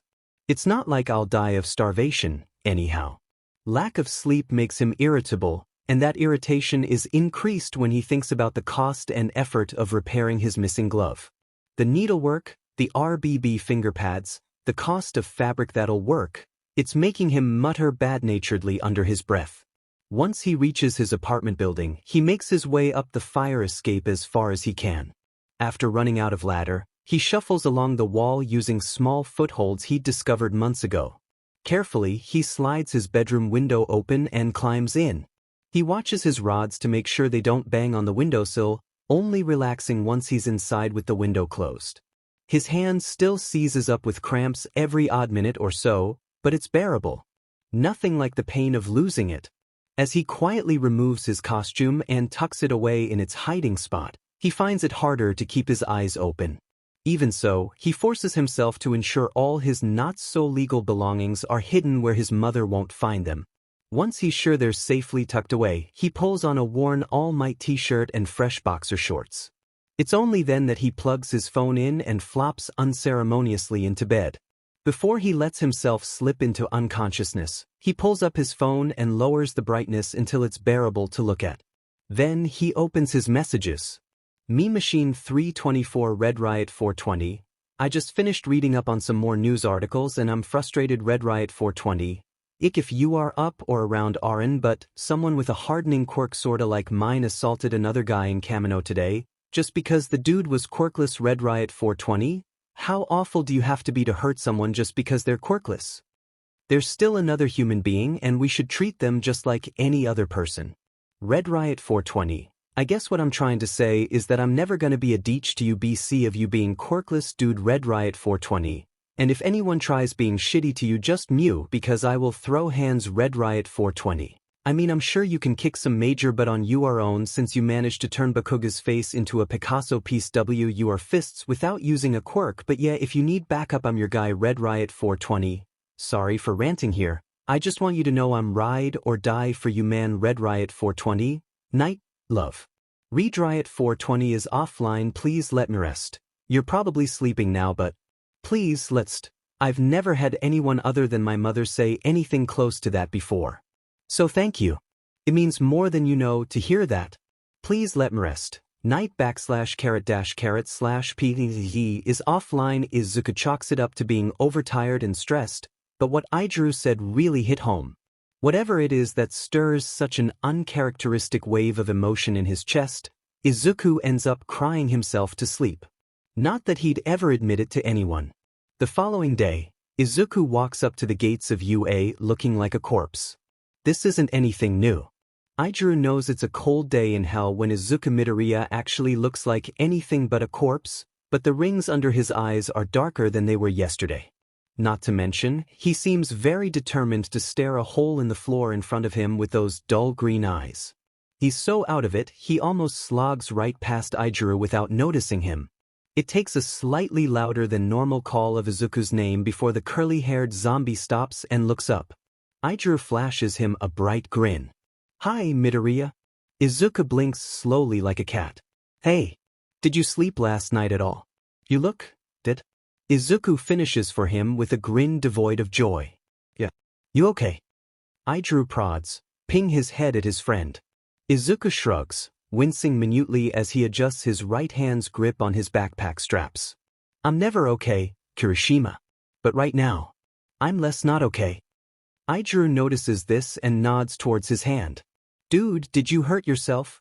Oh, Izuku begins, casting an unbothered glance at his hand. I was just writing late into the night. Wrists a bit sore. Will you be okay to write notes? Izuku snorts. I appreciate your concern, but your notes are gonna be useless to me. I'm in Gen Ed, remember? I was gonna ask if you had friends in Gen that could write anything for you, dude. Iida laughs. I know I won't be much help, I can barely read my own handwriting anyways. Izuku blinks owlishly at him. Yeah, I have friends.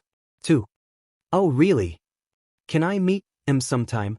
Only if you introduce whatever friends you make to me.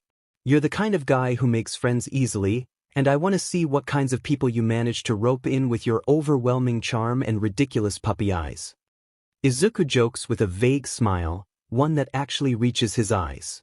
That's enough to convince Iida that Izuku's mood's improving. He returns the half-smile with a blinding grin of his own and gives Izuku a thumbs up. Sure. Think we could all eat together at lunch. We could have like a huge friend squad and hang out. Izuku opens his mouth, and Aijuru sees what's coming. Please don't make a Suicide Squad reference. Izuku closes his mouth. Kirishima, I don't think you understand how easily you walk into these opportunities for me to make a shitty reference. Because at any given time, I'm more than ready to make a shitty reference. Aijuru lets out an exaggerated groan and tips his head back. Has it never crossed your mind that you really don't need to make shitty references? Yeah, it has, Izuku replies with one of his slightly unnerving grins. But where's the fun in that? The two of them start towards the front doors of UA, exchanging small talk. They're almost to the doors when a girl's shout comes from behind them. Midoriya. Aijuru and Izuku stop to look behind them, and Aijuru sees a strange girl. She's waving wildly and sprinting after them with a broad grin. When she skids to a halt in front of the boys, Aijuru notices the slight chill radiating off her and the eerie quality to her voice, like quiet static on an old TV. Regardless, she seems nice, so Aijuru's completely open to knowing her. Hey Jiu. The girl Jiu glances at Aijuru, looking him up and down before looking back at Izuku. Who's this dude?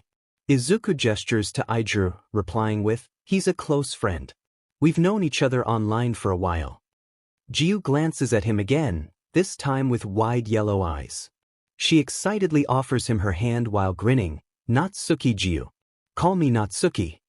Now comfortable with the strange girl, Aijuru takes her hand and shakes it with a smile. Kirishima Aijuru. We're gonna be late. Izuku interrupts their introductions in a deadpan voice, only indicating his amusement with a barely decipherable undertone. At his words, Aijuru releases Natsuki's cold hand and starts off towards Class 1A.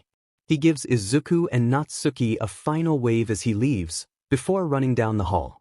As he goes, he passes a classmate of his named Shuto Todoroki, who gives him a mildly curious look as he goes. He skids into his homeroom class just after Katsuki Bakugo, who snaps a few curse words at him as he brushes by. Aijuru isn't particularly bothered by his friend's former tormentor. His opinion doesn't matter much to Aijuru at this point. Maybe it never will. He's not sure. When Aijuru moves to sit down in his seat, the boy who sits in front of him turns to face him with a wave of his hand. Hey, Kirishima. Hi, Kaminari. What's going on, dude? Kaminari shrugs with a lopsided smile. Played video games until like 2 last night. I have some regrets. Aijuru snorts at that, and Kaminari turns completely around to rest his crossed arms on Aijuru's desk. So what did you do last night? Your Discord showed you were online till like 1:30. His mind drifts back to the messages he'd sent Izuku last night, and the strange way his friend had responded at almost 3:30 in the morning. It had been hard not to bring it up with Izuku as soon as he saw him, especially considering how terrible Izuku looks, but Aijuru knows how hard it is to get Izuku to share anything personal and decided against it. Nothing really important. Just reading news articles and messaging my friend. He chooses to reply, which is pretty much the truth. Even so, Kaminari raises his eyebrows with a suggestive smirk. Right? News articles. It really was just villain stuff, man. Just some guy assaulting a quirkless civilian. Aijuru sighs.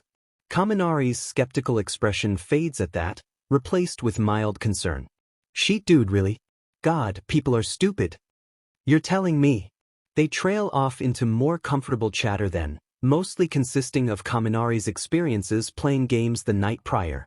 He grows more and more excited as he talks, gesturing wildly with his hands and his voice raising into an excited tone as he describes his in-game fight with a high-level Dark Souls boss.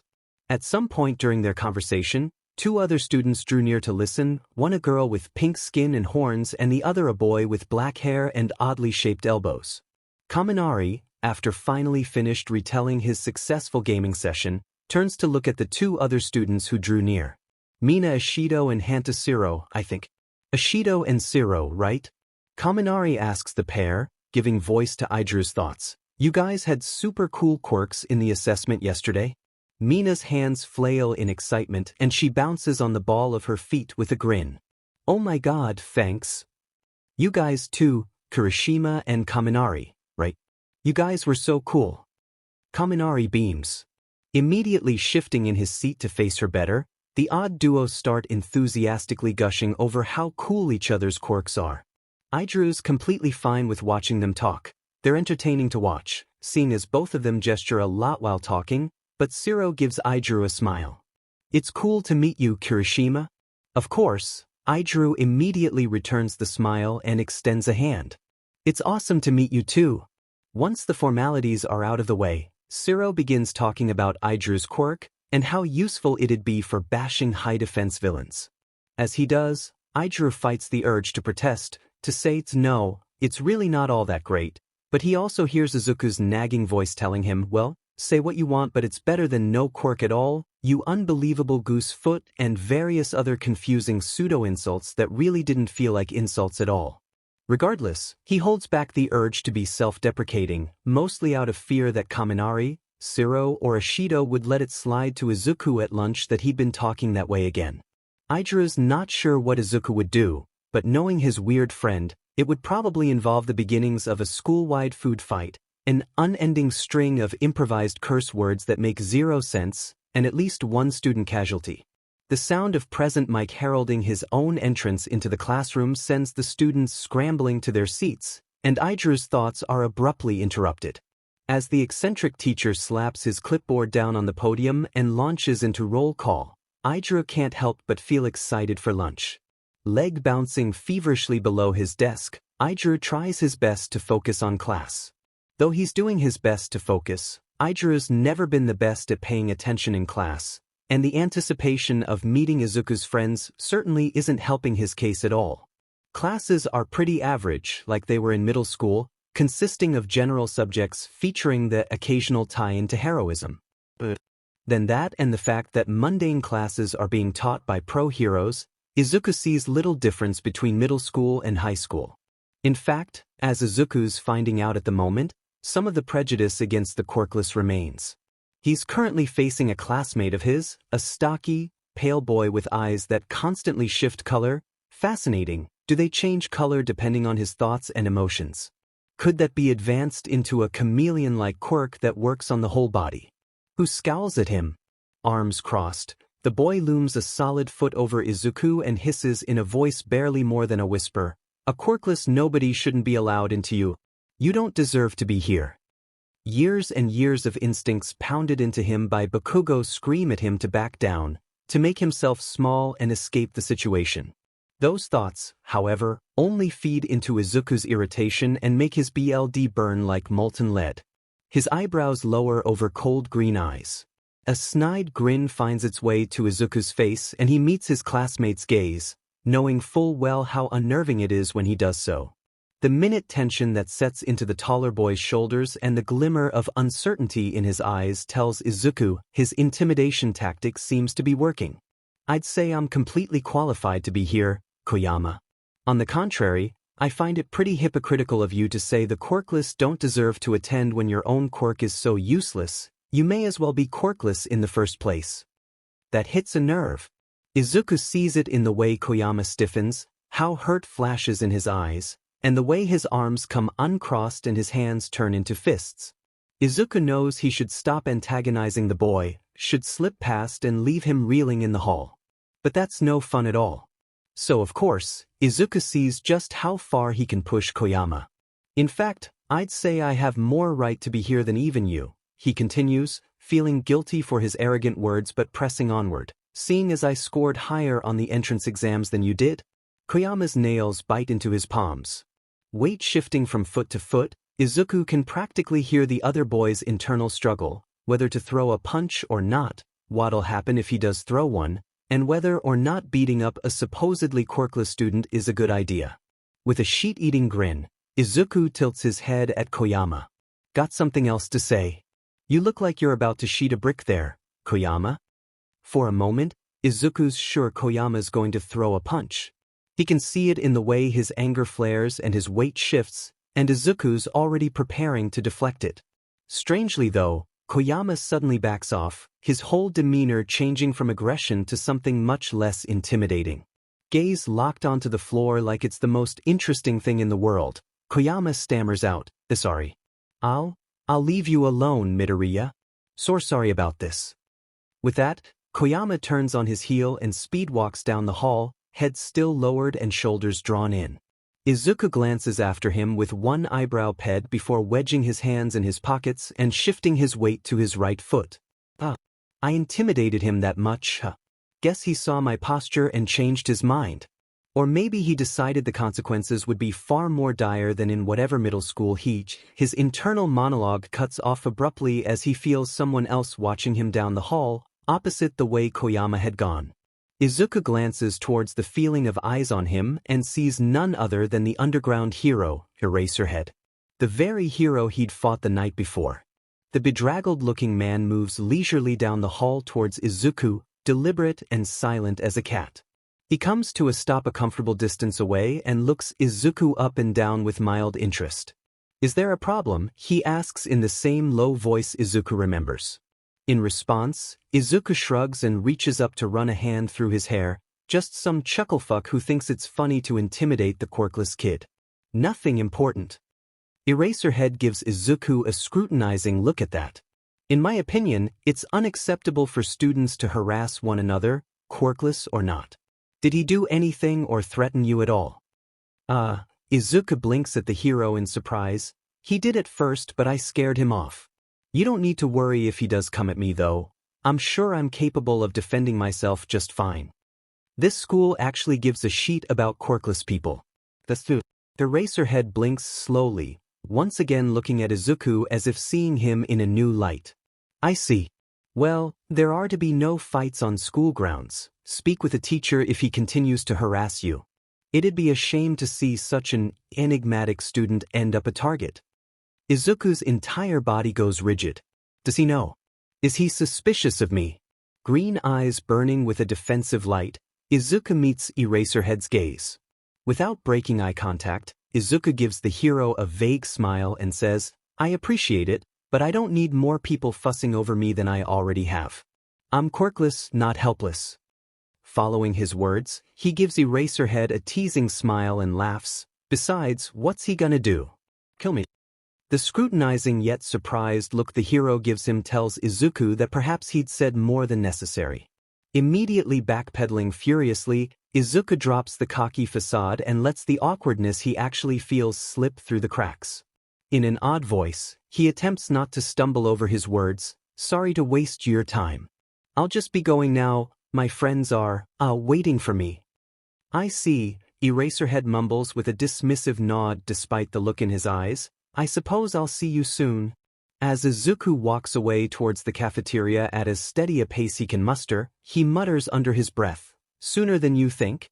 Shudo's not necessarily thrilled to eat in the cafeteria.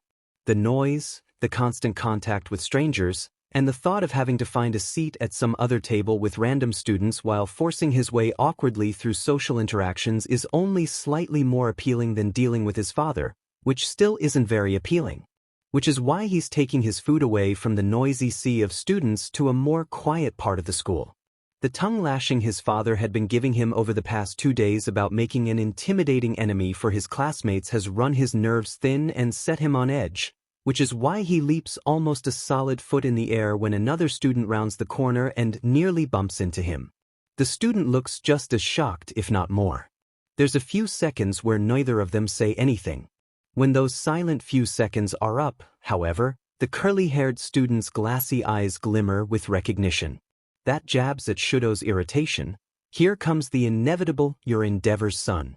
But that irritation is quickly dispelled when the student heaves a sigh and mumbles, God, I run into all sorts of people. Can I help you? Shudo slowly asks, squinting at the boy. He shakes his head, sending messy green curls into even more disarray. No. Not even God can help me at this point. I'm way too far gone. Who the dash? Oh, endeavors your old man, huh? There it is.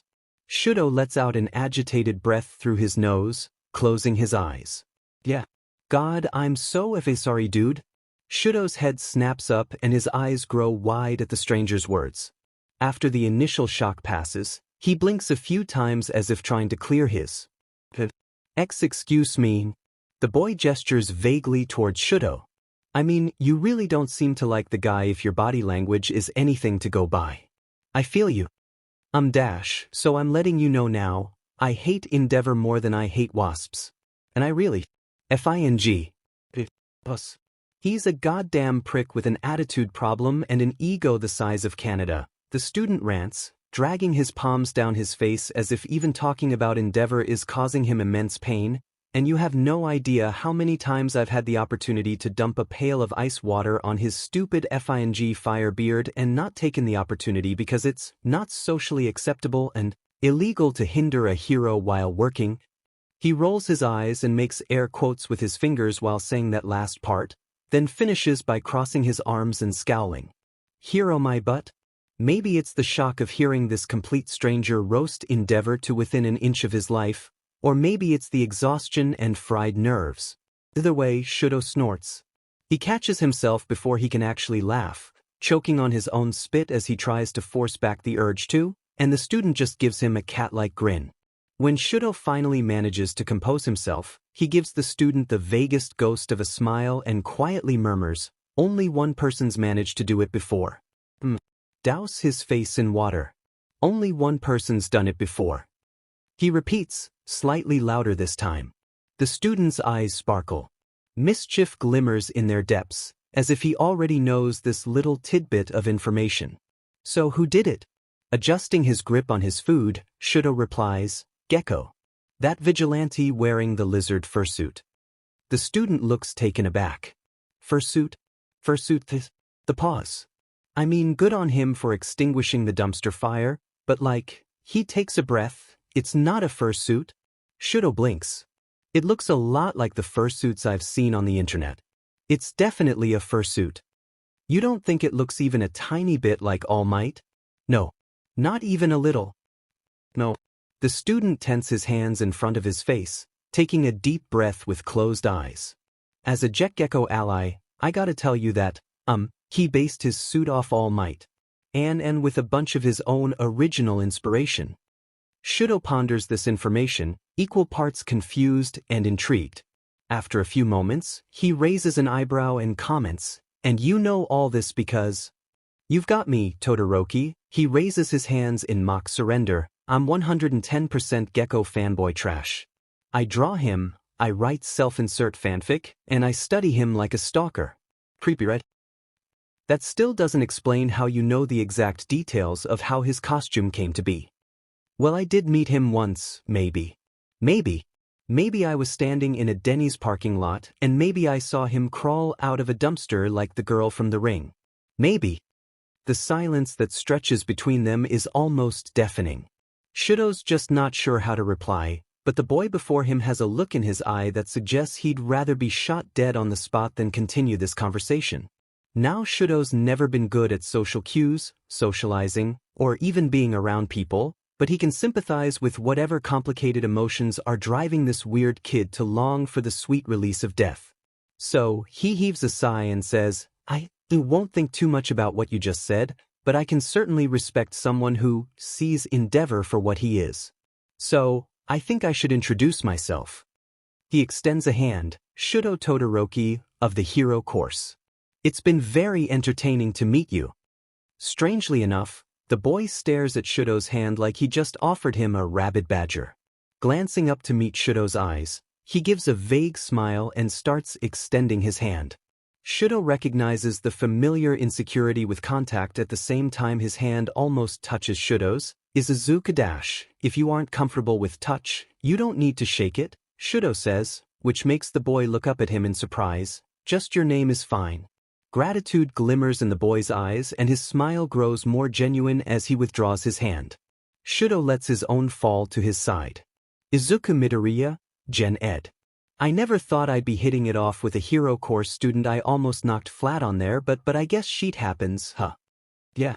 Gesturing back towards the cafeteria with a lopsided smile, Izuku meets Shudo's eyes and says, "Me and a few of my friends are gonna sit together in the cafeteria.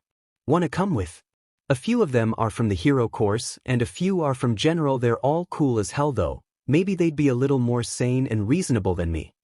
For a second, Shudo considers leaving to find a quieter spot. Though, he quickly changes his mind when the thought occurs to him that he's being invited to sit with someone. That he's actually wanted. The notion warms his heart ever so slightly and he nods. Sure. I think that would be nice. With a cheerful smile only vaguely dimmed by dead, tired eyes, Izuku turns and leads Shudo back into the chaos of the cafeteria, weaving his way through the sea of students. As he does, Shudo notices how acutely aware Izuku is of every movement close to him, ducking away whenever a student nearly bumps him, tucking his shoulders inward to make himself smaller, and Shudo feels a pang of familiarity again. That's how I get on particularly bad days. The notion sparks a curious yet apprehensive jolt in his chest, and he feels an odd surge of sympathy for his entertaining new acquaintance. Of course, he says nothing about it. He knows how much he values his own privacy, and he certainly doesn't want to make Izuku uncomfortable, so he keeps his mouth shut. That is, until Izuku stops in front of a table. At that table are an odd assortment of general course and hero course students. Kirishima, Kaminari, Ishido and Shiro are classmates of his, but the other two are complete strangers. Kirishima notices Shuto and Izuku first, widening his crimson eyes and grinning. Midoriya and Todoroki. Izuku nods. Yeah, I almost knocked him down by accident on the way here, so now he's stuck with me. With us, I guess. The brown-haired girl raises a hand at the same time Ishido does and waves energetically. Hey, Todoroki. Hello. Kaminari gives Shuto a smile and raises his hand slightly in greeting. You gonna sit down, man? There's room for all of us, you know. As he tentatively works his way around to find a spot next to the purple-haired boy with the same dead eyes as Izuku, Shuto realizes just how far he's out of his depth. This table is full of chatterboxes, people who form bonds with each other easily and who can navigate social situations like the backs of their hands. Compared to them, Shuto is. If you don't want to talk to them, you don't have to, the purple-haired boy says to him, not a fan of social shit either. God, what a mood. Izuku shoots back at them from the other side of the table. The boy narrows his eyes and mutters, you don't get to talk. You mutter enough to make up for us all. Shinso, stop bullying me. After a moment, Izuku's eyes glimmer with vague surprise and he meets Shudo's eyes. Oh, right, I never introduced you to these losers from the general course. Good. Shinso whispers, taking a sip of his drink. Izuku shoots him a look of mock disdain. Then, he shakes himself and gestures to Shinso. This edgy BSD here is Hitoshi Shinso, and he's in Gen. With me. And she, Izuku gestures vaguely to the brown-haired girl sitting smack dab between Shiro and Ishido, is Natsuki Jiu. She's also in Gen beside Izuku. Kirishima flashes Shuto another blinding grin. Me and Midoriya go way back. That's how we all ended up hanging out like brothers. Izuku nods, starting to branch off into a conversation with Kirishima about the hero student's next class. The class supposedly taught by All Might. Shudo's fingertips tingle in anticipation as he thinks about it. I'll be careful not to use my left side. Hey Todoroki, are you really Endeavor's kid? Comes a shout that pulls Shudo harshly back into reality. Natsuki's leaning out across the table to see past Ishido and Shinso. Her eyes glitter with excitement and admiration, but all it does is send a heavy block of ice straight into his gut. Lips pursed, he raises his drink to his mouth and thinks of how to respond. Though before he can, Izuku's already beaten him to it. I know, I was shook too, but Todoroki here is so much more bearable than Endeavor, not gonna lie. Kaminari blinks.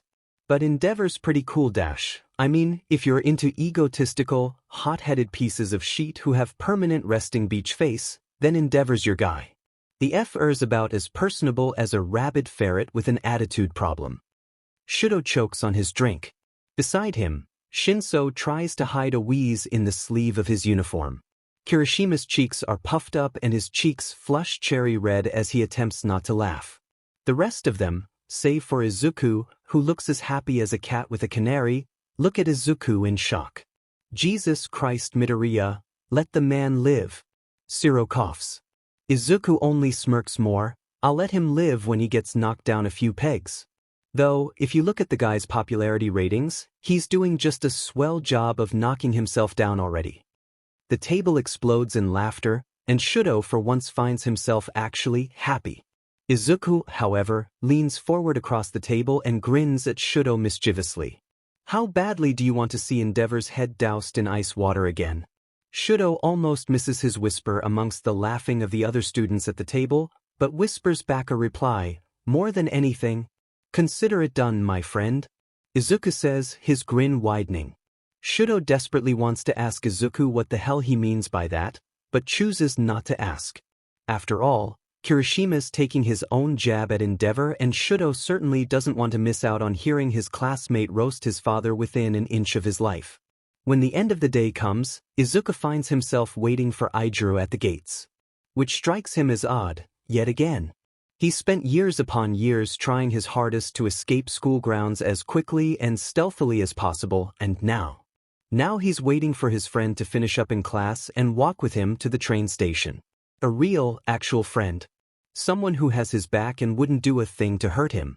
His first friend, seeing as Bakugo was never really his friend at all as far as Izuku's concerned. Sorry I'm late, Midoriya? Comes the familiar, cheery call. Izuku glances up to see his friend jogging towards him, eyes gleaming with excitement. That, as well, is something Izuku still isn't used to, being regarded with joy rather than contempt or disdain. Nice. Izuku shakes his head. It's all right. I'm not in a rush, anyhow. Aijiro heaves a relieved sigh. Oh, thank God. I was freaking out wondering if I was keeping you back. You don't need to worry about it. It's nothing worth worrying about. Aijiro blinks at him like he wants to say something more, but he just shrugs and smiles. I just worry anyway, dude. It's how I am. A moment passes where Izuku ponders Aijiro's words. Though, he's interrupted by Aijiro suddenly letting out a heavy groan. Hell, tonight's gonna be a nightmare. Why? Present Mike assigned us some extra work for English, and I need every extra mark I can get since I SCK at schoolwork. So I'm probably gonna be crying over English at like 1 in the morning. He mutters, rubbing at his eyes. For a few moments, Izuku finds a few different thought processes warring about in his mind. On one hand, he finds himself, surprisingly, wanting to invite Aijiro over to his house to study and potentially spend the night. On the other, his instincts are yelling at him to wish Aijiro good luck and go home so he can get ready for yet another sleepless night of vigilante work. Yet another is suggesting he offer to help Aijiro tomorrow morning, in the small time frame between their arrival at school and the beginning of class. As they start walking towards the train station, Izuku heaves an exasperated sigh. Diamond my stupid FANG hero complex.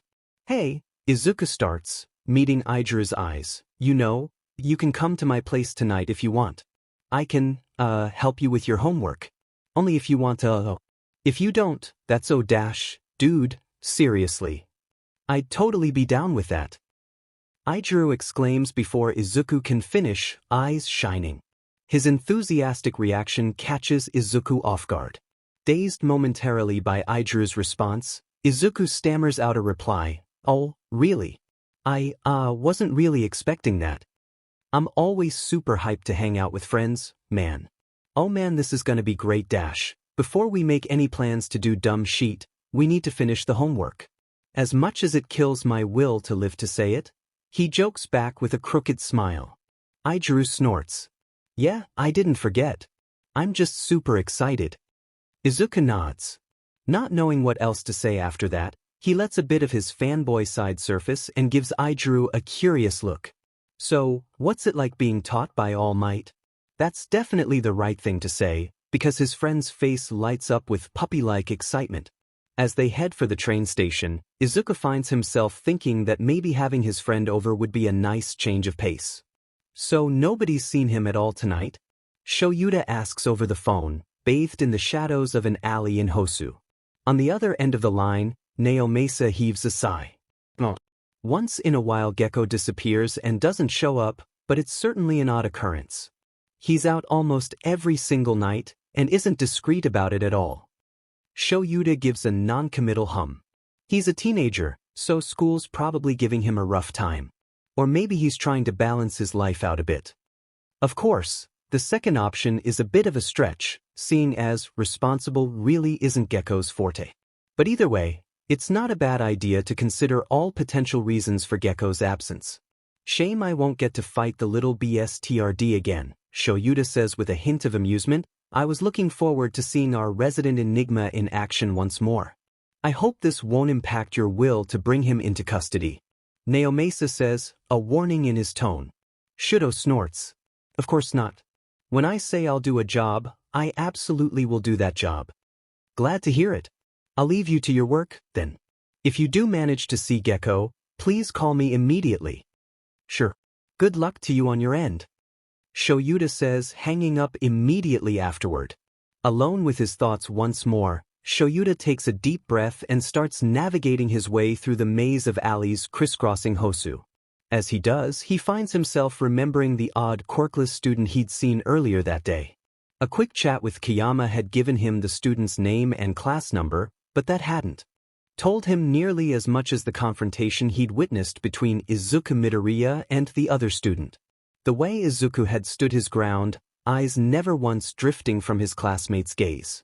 Their body language had been even stranger, with Izuku initially looking like he wanted to cower and run, but gradually morphing into stoic intimidation.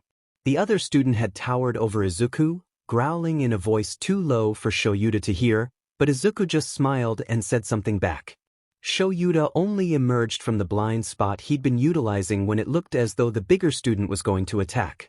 But the look in Izuku's eyes the moment the other student was about to attack was something he'd never seen before in all his years of hero work.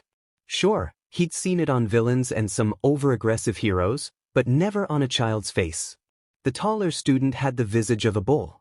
Izuku had the eyes of a viper. A shiver runs down Shuta's spine. What's he gonna do? Kill me. Shuta's definitely going to keep an eye on that one. Regardless of whether or not this student really is Gekko, a student who looks like that is not one that should be left unchecked. On the way home, Izuku ends up stopping a bullying incident behind his old middle school. It hadn't been anything as serious as what he'd endured, but bullying was bullying and Izuku hated it. Iida said he'd be at Izuku's house around 10 p.m. so Izuku had donned his vigilante gear and decided to wander the neighborhood to look for small incidents until 9. He'd sent his mother a text telling her he was taking a walk to get junk food and gone out alone. It was while he was running along rooftops towards the convenience store that he saw 3 middle schoolers harassing a boy and a girl. Izuku swung himself down from the roof of the nearest house and landed a crushing roundhouse kick on the face of the most aggressive-looking boy. The other 2 ended up clearing out very quickly after that, their injured ringleader stumbling after them with a hand held to his bloodied nose. Behind him, the boy and girl pressed themselves flat against the wall in fear. Knowing full well that they're absolutely terrified. If Izuku had been in their situation a year ago, he probably would have screamed. Izuku lets out an exaggerated sigh. Look at them run. Like chickens on steroids. He jokes, turning around to face them. Still, they watch him apprehensively. Izuku backs up to give them space and gives them 2 thumbs up. Well, I'm just your friendly neighborhood Deadpool knockoff, here to kick butt and take names because bullies are about as useful as RBB doorknob. Right? The pair exchange a confused look, and Izuku takes another breath. If I'm freaking you out, please, by all means run screaming into the distance. I don't take offense at all. I'll just cry a little bit when nobody sees me, but I'm dead inside, so really, no harm done. Are you? The boy asks, fluorescent pink eyes glittering with confusion. Hands on his hips, Izuku grins behind his mask and exclaims, nope. But that's nothing new and therefore, nothing to worry about. A silence heavy as lead hangs between them. Izuku swings his hands in front of him with a deep breath through his teeth. So, are we done here? Have you got any other inconveniences you need me to kick into orbit? Help you cross the street? Let the spider outside. What is it? What is the issue? The girl holds up her hands and shakes her head. Nothing. Just, thank you. You probably scared them away for a while. And that means a lot to both of us. No problem at all. Izuku says, shooting them finger guns and feeling a spark of warmth in his chest. Next time they bug you and I'm not around, punch the dude in the throat. If you hit hard enough, you can drop them on the spot. The pair blinks at him in what could be confusion, but Izuku doesn't feel like dragging the awkward interaction on any longer. Instead, he spins around and jogs away, breaking into a run when he approaches the chain-link fence around the school and slinking over it with the speed and grace of a cat. Which is a surprise to Izuku, because his fence-climbing track record hasn't exactly been fantastic while being watched. Well, at least this time around he didn't embarrass himself. Hopefully fortune smiles on him again in the future, should a fence and an audience be involved. By the time he leaves the kid's line of sight, he slows to a walk and checks the time. Once he confirms that it's around 9 o'clock, he takes a breath and starts heading in the direction of the convenience store. He might as well slip into the store and grab some snacks for himself and Iida's study session/sleepover while he's out and about. As he starts looking for a suitable back alley in which he can change into street clothes, he becomes increasingly aware of a vague presence. He's not sure whether it's malicious or benign, but there's definitely someone tailing him. Still, Izuku doesn't let on that he knows. For a while, he wanders aimlessly around with his senses straining to pick up any information on who's following him. It takes close to 10 minutes, but he finally hears it, the sound of someone's foot knocking into a pebble behind him. Just around the last corner, no doubt. He makes his move. Before the person can emerge from around the corner, Izuku breaks into a dead sprint towards the noise. Feet making scarcely more than a whisper as they touch the ground, Izuku approaches the corner. He sees the shape of a person a good foot or so taller than himself and lowers himself below their striking height, yanking one of his rods from its holster and smashing it into the sides of the follower's knees. The person hisses in surprise, stumbling enough to reveal an opening. Izuku's free hand shoots up, the heel of his palm slamming into the stranger's throat and giving him the chance he needs to knock the person down and pin them to the ground. Adrenaline coursing through his BLD and making his hands tingle with anticipation, Izuku narrows his eyes at the back of the man's head. You've got the brain power of an amoeba if you thought following me around was a good idea. What the sheet did you think was gonna happen? I'd say, hey, how's it going, dude? Oh man, wanna go hang out and play some Portal 2? Newsflash, a-hole. I'm socially awkward and too goddamn poor to afford any decent games. Izuku says in a withering voice. The young man below him wheezes from the hit he'd taken before turning his head to look at Izuku with one red eye. Greasy silver-blue hair falls over his face and shrouds his cracked, dry skin in such a way that Izuku almost doesn't notice. That's when Izuku feels it, the same sort of vibe that surrounds villains like a cloud of noxious gas. A creepy grin spreads across the young man's face. Wow, it's really the infamous Gecko. You certainly know your way around a fight. And you like video games. I feel we'll get along great, you and me. He says in a voice like ice grating over stone. Izuku's mouth curves into a sheet-eating grin behind his mask. Oh yeah, Minecraft and Candy Crush are my favorites. Sometimes I even go really obscure and play Roblox and Fortnite. Below him, the man stiffens and his eye twitches in obvious irritation. Impish satisfaction shoots through Izuku, and he has to restrain himself from going further. After all, the man looks a lot like he's wanting to speak. As physically agonizing as that was to hear, I came here to talk to you about something. Something very important. No, I'm not joining your sniper clan. Would you? The man snarls, whipping around like an eel and yanking his hands out of Izuku's grip to deck him in the jaw. Shut up and listen. The two spring apart, Izuku pressing a hand to his jaw and the man giving him a look full of contempt. A broken tooth rattles around in Izuku's mouth, BLD filling his mouth from a laceration on his tongue. Lifting up the bottom of his mask just enough to spit out the tooth, Izuku glances back at the villain. Is that what happens when you push an angry COD player over the edge? You get decked in the mouth. That's a little overdramatic, isn't it? Does your butt ever get jealous of the sheer amount of sheet that comes from your mouth? The villain hisses, which makes Izuku grin again. Wow, I use that one a lot. Okay, my turn, so how about this? You couldn't pour water out of a boot with the instructions on the heel. I'm here to recruit you for our cause, the man grits out, definitely trying not to rip Izuku's head off. Laughing, Izuku replies, thought I made it pretty clear that I'd rather be thrown in a vat of formaldehyde. You spawned into existence as Gecko right around the time All Might returned. I have a feeling that's no coincidence. You sound like a really shitty conspiracy theorist, Greaseman. Where'd you pull that one out of? You're but. Izuku replies, not liking where the man's going with his line of questioning. Not because he's worried he'll figure out who Izuku is or that he'll convince him to become a villain, but rather because he's running dangerously close to the deadline he set for himself. Adding a lengthy conversation to that will absolutely guarantee Izuku returning home late. All I want you to know is that we understand what you've been through.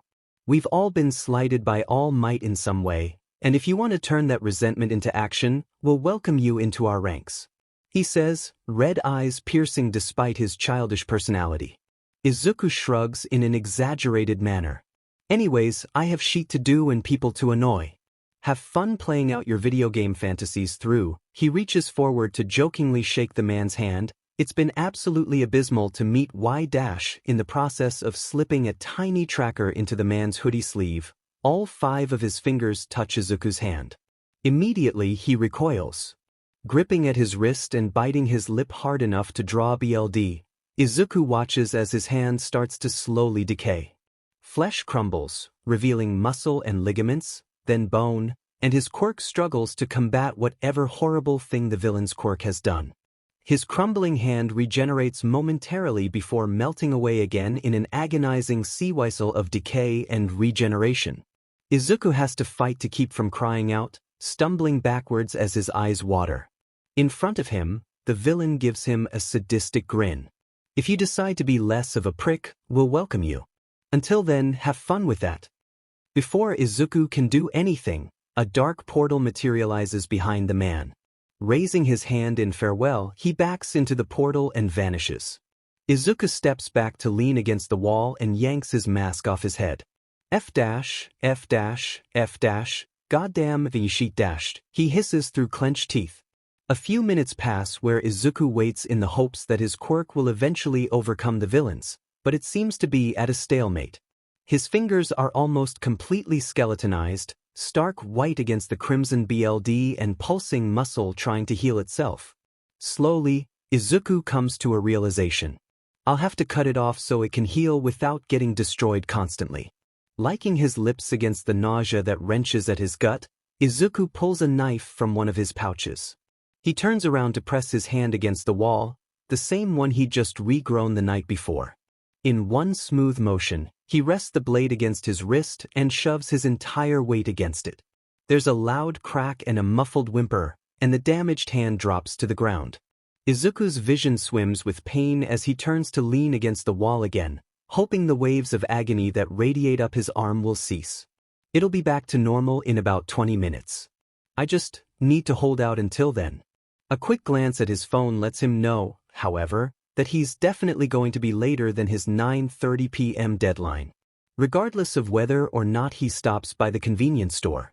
With a shaky sigh, Izuku pulls the shredded glove off his severed hand, wraps the stump of his arm in it, and navigates the alleys on his way home. It takes some time, but Izuku finally sees his apartment complex at about 9. After that, a quick jog to the backside of the building and a few well-used footholds in the old building bring him up to his bedroom window. By the time he reaches up to slide his window open, the sun's long set and the streetlights cast a harsh glow over the neighborhood, which is good. Less chance of being seen during his climb.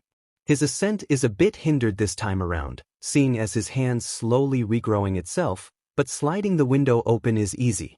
Once that's done, Izuku pops out the screen and silently clambers inside. As soon as the screen's back in place and the window is securely shut, Izuku lets out a heavy sigh and pulls his mask off his head. He turns around. Iida is sitting on the floor next to his bed, frozen mid-bite with a handful of potato chips. His schoolwork is spread around in front of him, eyes as wide as dinner plates. A deafening silence hangs between them. Izuku swallows.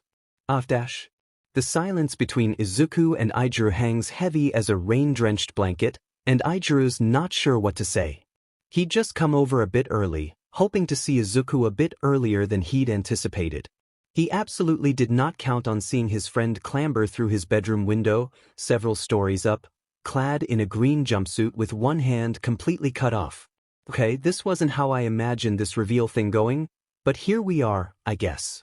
Holy foo dash, Iida doesn't get to finish at all, because Izuku's crossed the room faster than he can blink and slamming a hand over his mouth. In no time at all, the shorter boys managed to wrestle Iida to the ground and hold him there, where green eyes glittering with nerves and hostility burn into his own. If you make so much as a peep, God help me, I'll punch you so hard, you'll clip through the ground like a Bethesda character model. Izuku hisses. Iida shakes his head furiously, mumbling against Izuku's one remaining hand. Izuku's eyes flare. I mean it. Not even Todd Howard himself will be able to miraculously save you when I'm through with you. For a while, Izuku glares at Iida and the redhead just returns it with a wide-eyed look of his own. The tension between them could be cut with a knife, but something in Aida's eyes must be reassuring, because Izuku takes a deep breath, lets it out slowly through his nose, and mutters, I'm going to change before my mom comes in and sees me in this green unitard, and you'd better be quiet as F-. Unable to really do anything else, Iida nods. Slowly, Izuku removes his hand from Aida's mouth and shuffles back so he's no longer pinning him to the floor. Iida sits up just as slowly. Another long pause drags on between them. I knew it. Izuku's eyes spark with alarm. What the F, how in the but how could you know? You're a really crummy liar, dude. Also, I'm just that good at knowing what's up. The last part is said with a grin and hint of amusement, but Izuku just squints at Iida and scrutinizes him further. Izuku jabs a finger at him. Whatever, we'll talk about this later. Just keep watch on the door or something. The last thing I need is my mom realizing that her only son is a thief, a liar, and a BSE. You're not Kirishima, I've stolen sheet, I've lied about sheet, and I have disturbed the sheet. Let me suffer through my own questionable choices without any form of validation. Please. Iida shuts his mouth. If that's how Izuku wants to be, then Iida won't do anything to upset him, especially not now, considering Izuku's threat to Bethesda him into oblivion. Of course he's certain Izuku wouldn't go through with it, but he'd rather not push his luck. It's at this point that Iida finally remembers the state of Izuku's bloody stump hand. With a sharp gasp of horror, he starts crawling towards Izuku.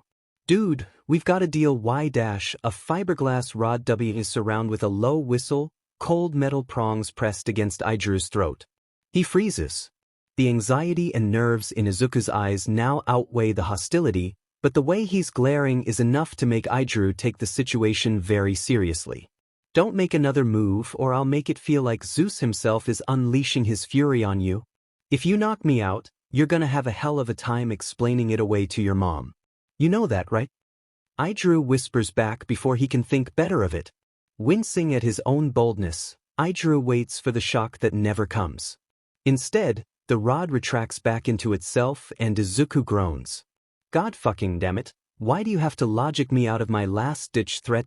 With a shaky exhale, Iida sits back on his knees. Look, I just want you to chill. Let's just take it down a notch and get you out of your costume and deal with that hand. You were gonna say fursuit? I'd never eat my entire left shoe, Kirishima. I know you were thinking it. I'm not eating your name brand, pristine Air Jordans. They aren't F Jordans. Do I look like I have the money to be spending on some expensive butt sneakers? As it is, I have to crawl under the dryer to look for change for a pack of ramen. Izuku hisses, reaching up to tangle his fingers in his hair.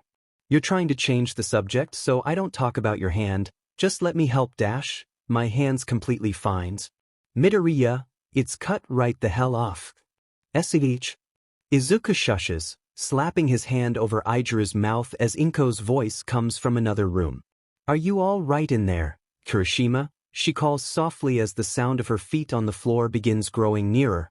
Izuku lets out a panicked wheeze, and Aida immediately grabs Izuku by the front of his suit and starts shoving him under the bed.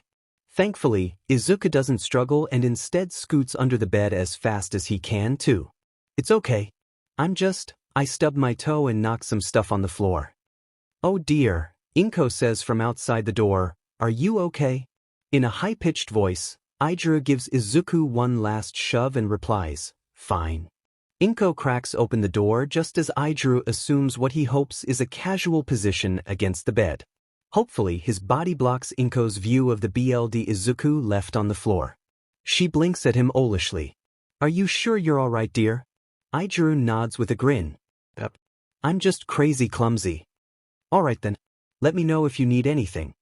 Inko sighs before closing the door and leaving. The two boys hold their breath right up until they're sure they can hear Inko puttering around in the kitchen, after which Izuku rolls out from under the bed and stays lying on the floor. With a groan, he presses his remaining hand to his eyes and mutters, "God, why does this stuff happen to me? Hey, we managed to prevent your mom from finding out, right? That's good at least," Iida murmurs quietly in response. Izuku heaves a dramatic sigh, letting his hands drop against the floor. "I want to die." "Don't talk like that. Even if I try, I won't be able to die. Let me be self-deprecating." "Still, it's bad for your mental health." "My mental health has been F6 ways from Sunday already, Kirishima. There's nothing more I can do to F it up even more. Let me die." With a long-suffering sigh, Iida tenses his hands in front of his face and mumbles, "Fine. Just get out of the suit and we'll argue after we're in the clear." "Fine." Izuku mutters back, rising to his feet and awkwardly shucking his jumpsuit off. He wedges it into the back of his closet under some boxes, and it's then that Iida furrows his brow in confusion. "How the heck are we gonna clean up all this BLD?" Without turning around, Izuku replies, "It evaporates completely within 5 minutes. Iida replies with confidence, although he honestly has no idea how to react to this information. Once Izuku's changed into normal clothes, he heaves a sigh and holds up his stump hand. Although by now, it's no longer a stump hand.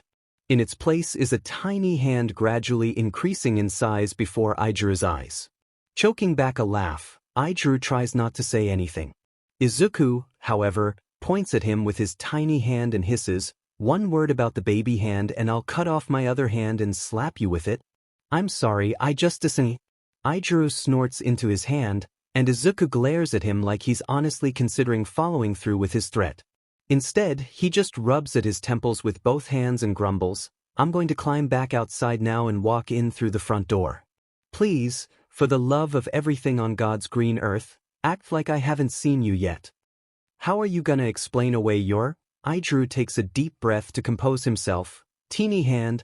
Izuku gestures wildly with his hands, rolling his eyes and mocking Aida's laughter. "Oh, I'm gonna tell my mother it's a KFC spork, obviously.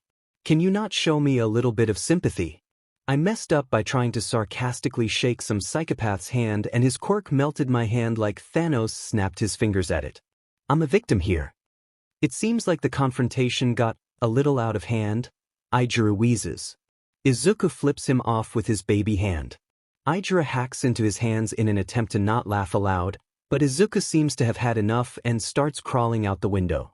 Once he slides it shut, Izuku continues to flip Iida off until he's too low to reach the window.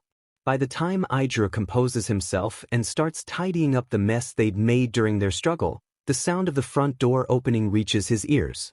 Izuku calls out, "And I'm home," and Inko immediately responds with a cheerful voice. "Oh, Izuku. One of your friends came over. Kirishima is his name. He's in your room right now." "Oh really? He wasn't supposed to come until later," he replies, and Iida gets the sense that he's being targeted directly by that sentence. "But thanks." That's immediately followed by the sound of Izuku approaching, and he blinks at Iida as though surprised. "Hey, Kirishima. Hey dude. What took you so long?" "Oh, nothing too important," he replies with a sigh, closing the door behind him. He drops his backpack on the floor next to the door, crosses the room, then flops down on his bed. Face smushed against the blankets, he mumbles something that's too muffled for Iida to hear. "Dude, I can't hear you with your face squished like that." Izuku tilts his head just enough for his voice to be clearly heard. "I said, thank you for the convincing welcome. I know you're absolutely thrilled to see me." "I am," Iida exclaims in response. "What made you think I wasn't?" Shrugging, Izuku rolls over on his back where he just stares at the ceiling in silence for a time. Not wanting to push him more than he already has, Iida just relaxes back into the side of Izuku's bed and returns to reading over his notes from school. After a while, a soft voice comes from beside his head, making him jump. "You were right about your messy writing." Iida glances sideways to see Izuku leaning over the edge of the bed, looking at the papers spread across the floor. One eyebrow is pet in interest and his head is tilted to the side ever so slightly. Iida shrugs with a sigh. I know, it's pretty ugly, isn't it? Kinda. But mine's not much better, so this is a kind of pot, meat kettle situation. So I can't say shit. He just hums in response, reaching back to adjust the ponytail holder, keeping his hair out of his face. Izuku remains where he is and Iida lets him try reading over his messy notes for a time. After a while though, Iida murmurs in a low voice, "So how'd you sneak your gimped hand past your mom?" Raising his hand to show Iida its fully healed state, Izuku replies, "It takes a bit of time after the initial injury for my body to kick the Regan into gear. Once the cells start regenerating though, body parts regrow pretty quick." Oh, Iida hums, "So what about lacerations and broken bones?" Lacerations heal within a minute or so. Broken bones take less than 5 minutes. Minor severed limbs like feet and hands take almost exactly 5 minutes, but if it's a whole leg or my head it'll take longer. Nothing takes more than 10 minutes to heal, though, Izuku explains clinically in a level voice, as though this is nothing concerning and all in a day's work for him. Well, it is, but his bluntness and nonchalant take on serious injuries is still unnerving for Iida to hear. Especially the part about his head being severed. Wait, he interrupts, holding up a hand. You had your head severed? Izuku blinks. If it's a brutal death, I've probably lived it. Or died from it without actually dying, I guess. Vehicle collision. Iida asks. That one's common as hell. I get nailed by a fast-moving car grill about once a week. Train accident. I've been vaporized on impact. Incineration. You can thank Endeavor for that one. Impact from a high place. Come on, hit me with something bizarre. Izuku sighs, shifting so his upper body hangs off the edge of the bed. In the back of his mind, Iida realizes that this is incredibly morbid and probably TMI, but he can't help asking. The limits of Izuku's regeneration quirk have always been something that vexed his mind when it came to his fascination with Gecko, and now he's able to talk freely with the Vigilante himself. Which is more than he'd ever hoped for. Okay, he places his pencil on the floor next to his notes. Helicopter blades. Not from an actual helicopter, but I've fought a villain with helicopter blades for hands. Wow. Okay, animal attack. Izuku smirks. I was fighting a villain who could shapeshift and he basically disemboweled me in tiger form once. I caught the guy after I finished regrowing my vital organs, but that was the same day Endeavor annihilated me. Widening his eyes in surprise, Iida turns around and meets Izuku's eyes. Geez, Endeavor really tried to kill you. I knew the guy was in but I didn't think he'd, kill somebody. With a harsh bark of laughter, Izuku folds his arms across his chest. Well, I didn't either until I met him. What happened? So, Izuku begins, shifting completely off the bed so that he's lying on the floor with his feet hooked over the bed. I just finished regrowing my guts and started chasing this shape-shifting villain down, which was kinda hard since he'd taken the form of a cheetah, but I finally managed to head him off and back him into an abandoned warehouse on the shoreline. So I managed to avoid getting eviscerated again, and knocked him out with a well-thrown rock and a major shock from my rods and used a zip tie to secure him to a post in there. Izuku's smile turns into a scowl then, his green eyes darkening. I was just about to call the cops when Endeavor and some of his sidekicks burst in and started yelling at me to get down on the ground and surrender. I put up my hands and was planning on fake surrendering, but the villain I caught woke up and started to thrash, so I made a move to kick him and knock him out again. Endeavor didn't like that and shot the biggest FANG fireball I've ever seen at both of us. And I didn't want him to kill the villain, so I stood there and took it. The villain apparently ended up with 4th-degree burns on one arm and both feet though, and I ended up being set on fire and barely managed to run out of there. I found a place to jump into the ocean, but it's still Esiki. Iida flinches. Not just from the thought of Izuku being hurt in such a way, but also how much agony being incinerated would cause. If Izuku notices Iida flinching, he doesn't comment on it. Either way, he stops talking and stares at the ceiling with an unreadable expression. Eventually, Iida murmurs, "Is that what made you hate being touched?" "Well, it was lots of things," he sighs, "but that was when it came to a head." I don't know if it's more of a mental thing or if he carbonized some of my nerves, but after that, I couldn't stand being touched. I'm so sorry, dude, Iida whispers, feeling his eyes burn and wanting nothing more than to hug his friend. Of course, that'd cause more problems than it would solve, so Iida doesn't act on it. Izuku bounces his feet on the bed, jostling Iida in the process. Hey, don't get all watery-eyed on my account. I get awkward when people cry, 'cause I don't know how to react. Iida wipes hastily at his eyes. Sorry. You don't deserve that, man. Nobody does. It's in the past. Nothing I can do about it. I know, Hey. Izuku interrupts as he slides the rest of the way off the bed and lies spread eagle on the floor. Moping over this stuff isn't gonna help me at all. So let's work on your assignment stuff instead of talking about me getting charbroiled by the hookah with an attitude problem. Anyways, I promised Todoroki I'd dump a bucket of water on his ugly mug the next time I see him, so there's nothing to worry about. I'll get my revenge in useless, petty acts that inconvenience him more than anything else. That's the best sort of hell to put someone through. That drags a laugh out of Iida, watery but genuine. Izuku gives him a smile, then rolls onto his side and shifts so he can read over the notes spread across the floor. Anyways, I'll do what I can to help you, but you're gonna have to translate your writing for me. Sure, Twin. Iida replies cheerily, picking up his pencil again and launching into the assignment with newfound vigor.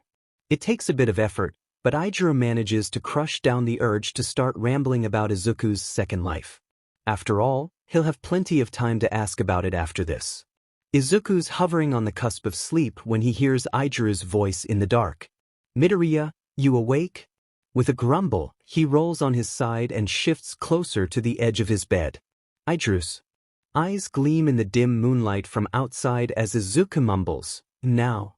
Aida shifts from his futon on the floor, propping his head up on his hands. Can I bug you about something? Is it about me being Gecko? Izuku sighs, less of a question and more of a resigned statement. Unfazed, Aida nods furiously. Fine. Shoot. So how long have you been Gecko? Dragging a hand over his face and rolling onto his back, he replies, 8 months. What made you want to be a vigilante? Spite. Aida snorts. No, really, what was it? Spite, like I said, Izuku sighs, and someone I looked up to told me having a Regan quirk wasn't a good thing to become a hero with, so I should just give up. What? Aida hisses, then catches himself and lowers his voice. Who the hell would say that, dude? A Regan quirk is great for hero stuff. Before he can stop himself, Izuku spits back. Well, All Might doesn't think so, AF dash. All Might said that to you. Izuku sits up and rubs at his eyes. Yeah. But I don't hate him for it. He thought I was just some wannabe loser, and didn't think he'd be kicking me while I was already down. I don't think I'll be able to keep my head if I talk to him, though. I mean, I'd like to talk to him, but I might get, I don't know, emotional. Angry. It's best I don't talk to him until later. Aw, okay. Another silence hangs heavily between them for a time. Just as Izuku's lying back down in bed again, Aida whispers, so, can I be your guy on the inside? My what? Okay, so you know how, like, some heroes have a best friend/sidekick who helps them by figuring out exactly what's going on the other side of things and talks to the hero through an earpiece and tells them the best routes and what's going on with other sides and stuff. Can I do that? I don't need a guy on the inside, Kirishima. Well, maybe if you had a guy on the inside, you wouldn't have gotten your hand melted. Izuku sits bolt upright and jabs a finger at Aida in the darkness. Look, I had it completely under control. I cut my own hand off because of his godforsaken pizza fingers. Now, for your information, I planted a dash. Izuku breaks off, blinking owlishly. What? Aida asks with renewed interest. With a grin, Izuku rolls over and stands up, stepping over Aida's form on the floor and sitting down in the chair at his computer desk. He powers on the computer, casting harsh blue light over the room. Izuku hears Aida rising and walking up behind him, but stays focused on his computer. After a few purposeful clicks and dives into various folders, Izuku clicks on an application and what looks like Google Maps pops up on the screen. Aida lets out a little awestruck whoa as Izuku zooms out and clicks on a few icons framing the map. A pulsing red dot pops up on the screen, in the zone marked as Kamino. Dude, is that a dash? I stuck a tracking device on the guy who F'd up my hand, since he talked like he was part of a big organization full of villains. I totally forgot about it until now, but it looks like he's holed up in Kamino Ward. Oh my god, this is so cool, right? Izuku replies with a smile, leaning back in his chair. Now I can do some more recon stuff and figure out what he's doing. I'll go tomorrow after school. Can I come? No. Aijuru winces, and Izuku feels a stab of guilt. Sighing in resignation, he cards his fingers through his hair and replies, I don't want to risk getting you caught helping me. So I'll go in and relay information to you. You can jot it down somewhere so I have it handy. If you feel up to doing that. Again back to his excited self, Aijuru grins and exclaims, I can do that, man. God, this is gonna be so cool. You have to keep quiet about this, though. Izuku hisses, to which his friend nods furiously. I haven't forgotten your threat to Todd Howard me into oblivion, don't worry. He snickers before immediately asking, so did you make your own gear and stuff? The tracker's impressive as hell, dude. At his words, Izuku takes a deep breath and tenses his fingers in front of his face. With a soft groan, he mumbles, You remember how I said I was a liar, a thief, and a biasi? I may have borrowed a lot of things from various hero companies and not given them back. Aijuru stares at him as though that's the most outrageous thing Izuku's done. Forget the numerous brutalities he's gone through, forget willingly looking for villains. Theft is the most heinous crime Izuku's committed. Narrowing his eyes, he grumbles, Hey, you'd better not snitch now that you know I've stolen things. I mean, I've done worse. Arson, detonation of explosives, destruction of property, resisting arrest, and assault are worse. And I do those things more than anything else. No, I'm not backing out, Aijuru runs a hand through his hair. I was so sure you made all this stuff. I stole self-healing fabric from Best Jeanist Company for my suit, but I can guarantee I made it myself. I made some things. I just stole other things to make my stuff. Other than that, what made you assume I made it all myself?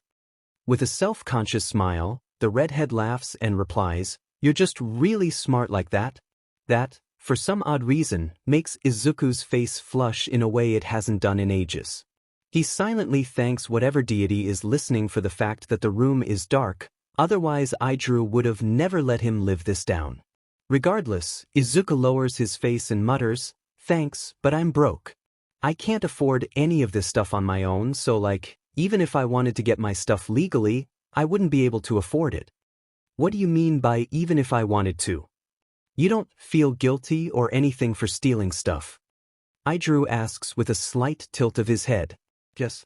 Izuku exclaims, but finds a stab of untruth digging into his chest. No. I don't know. I mean, yeah, I feel bad for stealing, but this hero society is kinda F'd up. So I feel guilty stealing from some hero agencies, but not others. I felt bad stealing from Best Jeanist and Ingenium since they're decent people, but I don't feel bad stealing from Endeavor or spray painting mustaches on billboards with Hawk's face on them. Nodding slowly, Aijuru's brow furrows in a thoughtful expression. I get that, why Hawks though? What did he do to you? Nothing, but that's just it. Izuku sighs. He's not really motivated to help people, he just wants to make a world where nobody needs to do anything.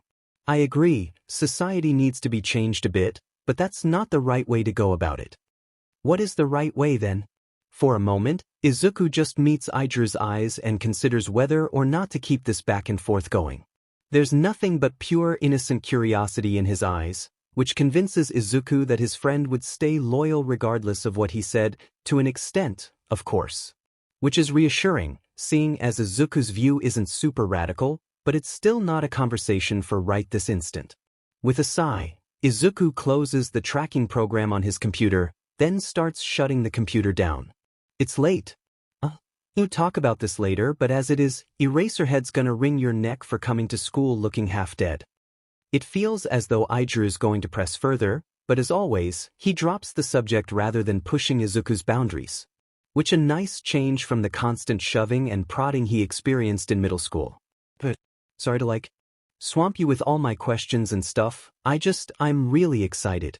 It's all right, Izuku says, casting a smile over his shoulder as he crosses over to his bed. It's kinda nice to be able to share this stuff with someone, anyways. Izuku isn't looking at him, but he swears he can feel the happy energy radiating off Ijiro in waves like an excited puppy. This is only further reinforced when he tumbles into the futon and rolls over to face Izuku.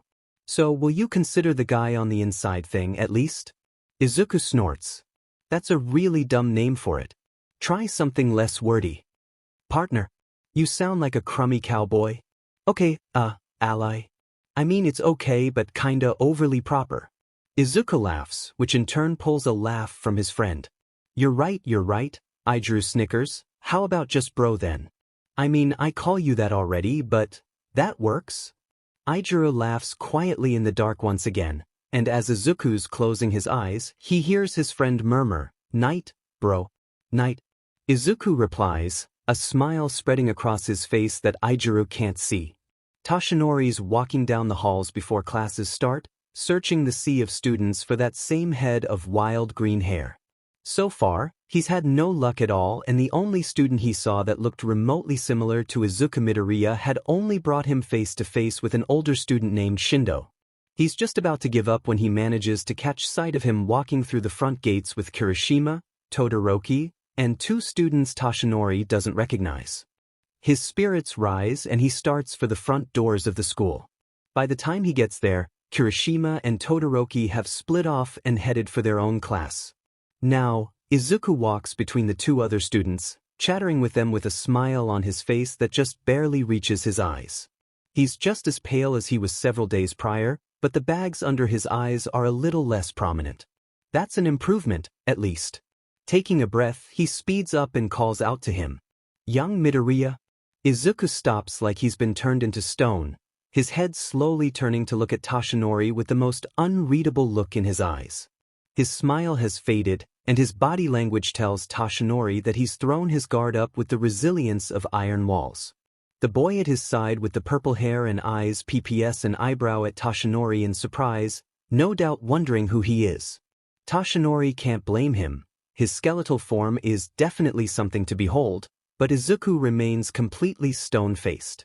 Apologies for interrupting, Toshinori begins with a sheepish dip of his head, but I'd like to speak with you in the teacher's lounge for a moment. Before Izuku can respond, the boy at his side speaks in a monotone voice incredibly similar to Aizawa's. "Sorry, who are you?" "Oh, I'm a teaching assistant here. I assist in the hero course." "I don't see why you'd need to talk to me then," Izuku replies, then adds, "I'm not a hero after all." The last part is said with barely concealed venom that stings like a WHP, and Toshinori catches the vaguest glimmer of emotion in Izuku's eyes. What it is, he can't be sure, but he knows by now that Izuku certainly hasn't been able to get past what he said to him on that rooftop so many months ago. With a sigh, Toshinori runs a hand through his hair and says, "That's precisely why I need to talk to you, but it's strictly private." The two other students with Izuku look at him curiously, and after a moment of silence, Izuku sighs. "But I can't be long though, or Present Mike will have my head." Toshinori knows without a doubt that Present Mike would never scold a student for being late, outside of a gentle reminder that they should come on time, but it gives more insight into how little Izuku wants to talk with him. Regardless, Toshinori gestures to him to walk at his side. So he doesn't slip away like he did last time. Their walk is spent in dead silence, with Toshinori sparing little sideways glances every once in a while to make sure Izuku isn't sneaking off. Thankfully, he doesn't try anything the whole way there. Once they reach the empty teacher's lounge, Toshinori heaves a sigh. He smiles at Izuku and asks, "Can I offer you a tea or anything, my boy? You don't have to pretend to be friendly." The words catch Toshinori off guard, and he blinks a few times in surprise as the boy remains standing at the door with his arms crossed. Pardon me." Toshinori stammers and Izuku sighs. "You made it pretty clear how you felt on the rooftop. You were honest with me, and I was honest when I said I wouldn't tell a soul about your secret. I'm weak, I'm useless in hero society, and I'm a liar, but when I make a promise, I don't break it." "My boy, you're not Dash, don't call me that," the student interrupts, closing his eyes. I've come to terms with the fact that it's impossible for me to be a real hero. I'll end up living without purpose, and dying alone after a bland lifetime where nobody will remember me. I know that, and I really couldn't care less. Toshinori feels guilt lodge itself in his chest, almost as suffocating as the injury that hinders him. Swallowing hard, he quietly murmurs, "Midoriya, you could do so much with your life. You could become a police officer, a detective but I wouldn't be happy doing that kind of work. Sure, I could be those things, but what's the point when I don't enjoy doing it?" Izuku replies flatly, "Don't give up on yourself, you have so much potential." He's cut off by the sound of Izuku's fist connecting with the wall and echoing loudly around the room.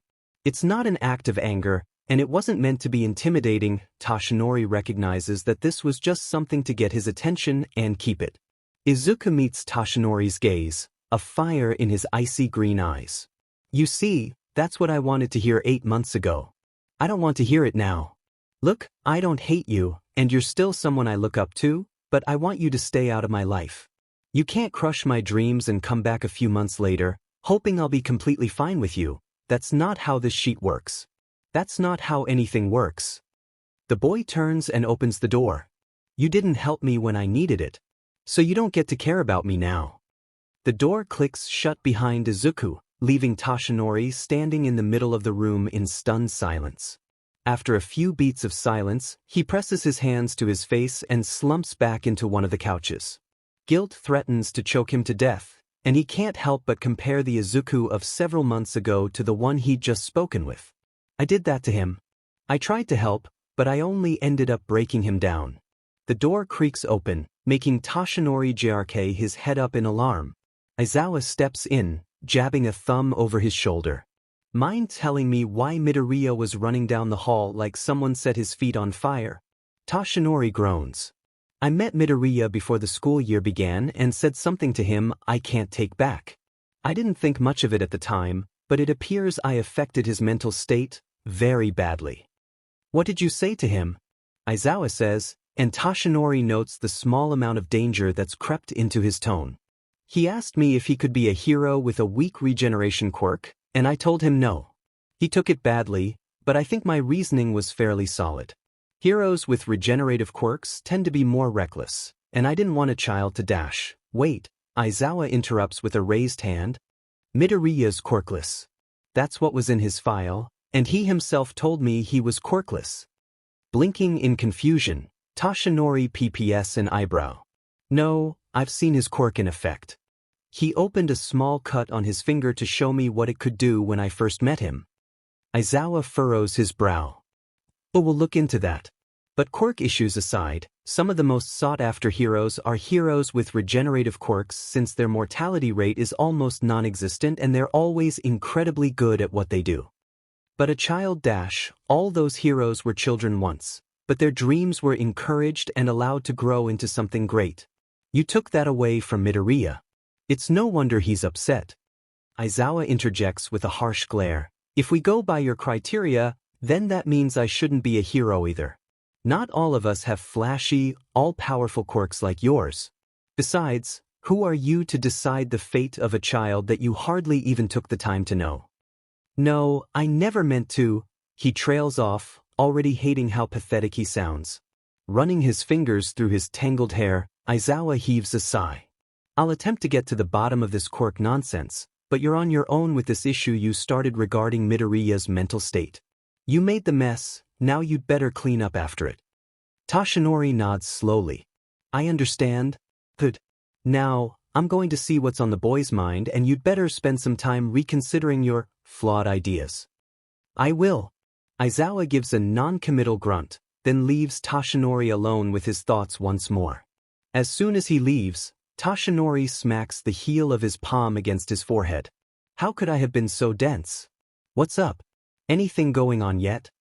"No, Kirishima." Izuku sighs into the earpiece he's wearing. A exasperated huff crackles through. "God, I thought this was gonna be more, exciting. Or something. This is pretty boring so far, bro." "For you, maybe," Izuku says while peering around the corner of the alley he's in, "but I'm pretty far from being bored. Just saying." Okay, but you're out in Kamino doing cool stuff. I'm sitting at a desk in my bedroom staring at a screen. That's fair, I guess. Am I getting any closer to the villain hideout? There's a pause. The screen says you're about 100 yards from the tracker. Izuku hums thoughtfully. Which direction should I go? Northeast? Great. Thanks, Kirishima. No sweat. Iida replies with renewed excitement in his voice, and Izuku can almost picture the way he's probably grinning at the screen. It brings a smile to his own face. He slows to a casual walk, glancing around him carefully as he does. Despite that, though, he moves with a distinct sense of purpose. It's evident to anyone watching that he's searching for something, and that's just what he's going for.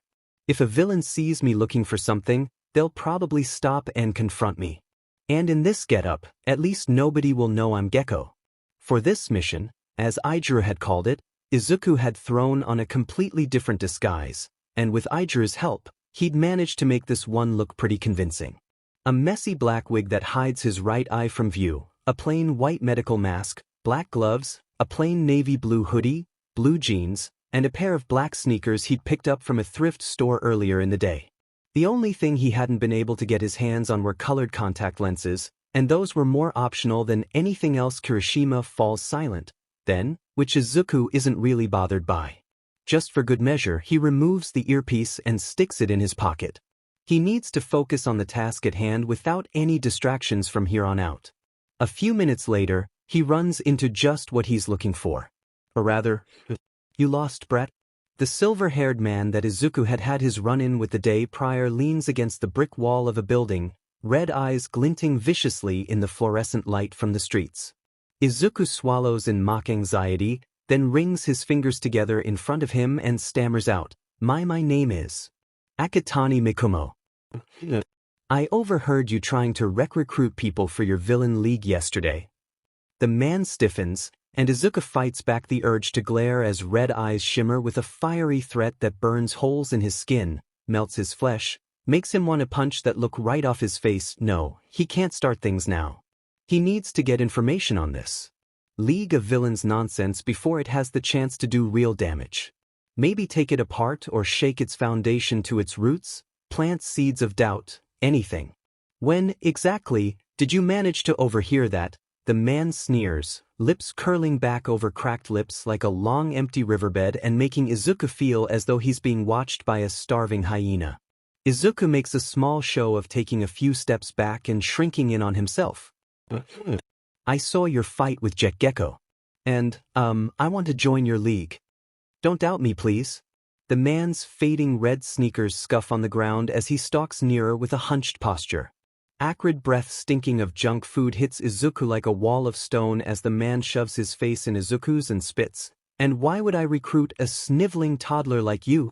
Ignoring the wrath and disdain that threatens to make itself known on his face, Izuku finally meets the villain's eyes levelly and replies, Because I'm a student at UA. Tamura leads the boy, acting, was it? Through the bar's nondescript entrance and into the dim light of the main building. Kurogiri stands at the counter contentedly, polishing a particularly nice glass, and some of the villains Tamura had recruited for the invasion sit nonchalantly at the booths and tables. A few of them look over at Tamura and Akatani as they enter, but other than snickering at the kid's diminutive size, they don't spare them a second glance. Tamura gestures impatiently to one of the bar stools for Akatani to sit, then slouches on the next one over. Akatani casts small glances around, looking equal parts apprehensive and curious. Tamura's not exactly sure how to feel about that. There's always the off chance Akatani could be lying about wanting to be a villain. But even if that were true, what could a mere child do in the face of the League? Hell, what could he do in the face of All for One? Kurogiri notices them then, and he makes an almost indecipherable expression that Tamura only picks up on because of how long they've lived together. Kurogiri's confused, as expected. Shigaraki Tamura. Kurogiri starts, setting the glass down on the counter. What is this? Tamura casts a look at Akatani and lets a grin slide across his face. This here is Akatani Mikumo. He might be just what we need to take All Might out of the picture. Tamura gauges the kid's face at his admission, but no traitorous emotions flash across his eyes. If anything, he seems to relax at the mention of All Might being eliminated. He hums quietly, then laces his fingers together and rests his hands on the pristine bar counter. His thumbs shift slowly as he murmurs, "You're planning to kill All Might that." Kurojiri glances to Tamura. "That is exactly what we're planning to do." Tamura confirms. "And I feel like you could be just the mole we need." Akatani nods slowly as if thinking it over, but Kurojiri narrows his eyes and says, "How do you know we can trust this hero in training? It's highly likely he's merely here to undermine what we've created." "I know you don't have a reason to trust me," Akatani replies, "so if you don't want me around, that's fine. I'll be on my way and never come back or breathe a word of this place to anyone. But if you want my help, hey dude, you've been quiet for a long time. Are you okay?" Akatani stiffens, his green eyes shooting wide open as his hand darts into his pocket. A moment passes in which Tamura slowly comes to the realization that the unfamiliar voice had been coming through an earpiece or transceiver, and then he's immediately jabbing a hand out for the boy. The kid jolts backwards and something slides out of his sleeve. A blade glints in the dim yellow light moments before pain explodes in Tamura's extended hand. The cut runs deep across the palm of his hand, from the base of his pinky to the inside of his wrist, but it's only enough to momentarily shock him into pause. The next second, the bar explodes in shouts and villains race to grab Akatani as he darts for the exit. Kurojiri narrowly misses the boy with a warp gate as he shoots out the door like a cat on fire. Tamura hisses out a curse before running after Akatani with his face contorted in a savage grimace. Bursting out into the dark alley, Tamura catches sight of Akatani sprinting away as fast as he can go, wide green eyes shimmering with anxiety. Tamura snaps his head around to look at the villain nearest to him and hisses, "Kill the little beastie." The villain nods and whistles to a few other villains, and they race after the boy. Once they vanish around the corner, Kurojiri materializes at Tamura's side, and the silver-haired man scratches ruefully at the raw and cracked skin of his neck. Teeth grinding in rage, Tamura snarls, "If they don't kill him, I'll kill them. I'll kill them all." "Calm yourself, Tamura. A child can't possibly evade that number of villains." He hisses around, spitting, "I'm never underestimating that little slime again. I won't stop hunting him down until I see his corpse with my own two eyes." Izuku's not sure he's run so fast or hard in his entire life. Not from heroes, not from the police, not from Eraserhead, and certainly not from any other villains. He's not sure why he's so desperate to avoid these particular villains, but maybe it has something to do with Iida being involved with this messy side of Izuku's life now. Not that there's any aspect of Izuku's life that isn't messy, but this whole vigilante business is a lot messier than every other part. Or maybe it's just the thought of having to endure Shigaraki's quirk again. At some point in his frenzied, haphazard escape, he jammed the earpiece back in his ear and can now hear Aijiru's voice coming through in worried tones. Izuku can't answer any of his questions, however, partly because he's breathing too hard and partly because of the BLD roaring in his ears and distorting his friend's voice. Finally, he sees the brilliant glow of Kamino's more heavily populated streets and puts on a last burst of speed. As he explodes into the streets, he ducks his head and tries to melt into the crowd. A few passers-by give him strange looks, but that's the least of Izuku's worries. Not slowing down at all, he glances back over his shoulder to check on the villain's location. And unfortunately, he makes eye contact with one of them, an unassuming-looking man with red hair and fiery orange eyes, and sees the man start walking nonchalantly after him. That's when Izuku slams into someone and is knocked back on his rear. "Oh, I'm sorry about that," a familiar voice says. "Are you all right?" Izuku looks up and directly into the face of Tsukauchi Naomasa, who seems surprised but not at all bothered. The man extends a hand to him, but Izuku scrambles back with an awkward laugh and jumps to his feet. "I'm great." Izuku wants to punch himself for the way his voice had jumped a few octaves higher than normal and his utterly unconvincing lie, but there's not much he can do about it now. Tsukauchi pps an eyebrow at him, and Izuku belatedly recalls that the detective's quirk lets him know when people are lying. "Are you sure? You seem a little distressed." "Distressed? Kind of. I am a little nervous. About things." Izuku lets out a veritable stream of disjointed word vomit in an attempt to not set off Tsukauchi's quirk, but this honestly doesn't seem to be working any better than the lie was. Izuku notices Sansa picking his way through the crowd, growing closer with a perplexed look on his face. Casting a nervous glance back over his shoulder to check the location of the villains pursuing him, Izuku listens carefully to what Sansa says. I questioned a few store managers and civilians, but there's not been any sightings of Gecko in Kamino for over a month. I think it's safe to assume he's not around here at the moment. The irony almost makes Izuku laugh. Tsukauchi sighs. I suppose all we can do for now is observe his next moves and act dash. Ah, there you are, Akatani. A voice comes from behind Izuku moments before a heavy hand settles on his shoulder. Izuku's skin burns. Don't touch me. Stop touching me. Get off, get your hand off me. The red-haired villain stands stiflingly close to Izuku, and he tries to keep his emotions off his face. The last thing he wants is to drag other people or surrounding civilians into his mess. But it's incredibly difficult to keep his thoughts collected when there's someone touching him. Someone is going to attack me. Please don't touch me. I don't want your hand on me. Get off. Are you the boy's parent? Tsukauchi asks, and Izuku detects a hint of apprehension in his tone. The villain's fingers tighten on Izuku's shoulder. Oh no, not at all. He laughs while waving a hand dismissively. Just an acquaintance. We were out dash, you know, Tsukauchi says softly, and that's definitely a vague threat in the detective's gaze. My quirk allows me to detect when someone is lying. Would you like to try telling me again what your relation is to this boy?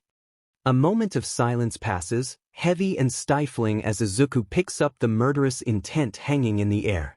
If I don't do something, this is going to get ugly. Izuku swallows, furrows his brow, and sets his jaw. In one swift motion, he reaches up to grab the villain's arm, lowers himself closer to the ground, and backs into him. He ignores the way his skin crawls at the contact as he uses his weight as leverage and throws the villain over his shoulder. The man's head cracks against the pavement, and Izuku uses the momentary confusion to roll out of the way of Tsukauchi and Sansa. As he races away, he glances back over his shoulder and raises a hand in a half-salute half-wave. You're welcome, detective. He barely catches the way Tsukauchi gapes and mouths Gecko before Izuku darts down another side street and zigzags through an endless labyrinth of alleys, narrow passages, and small roads.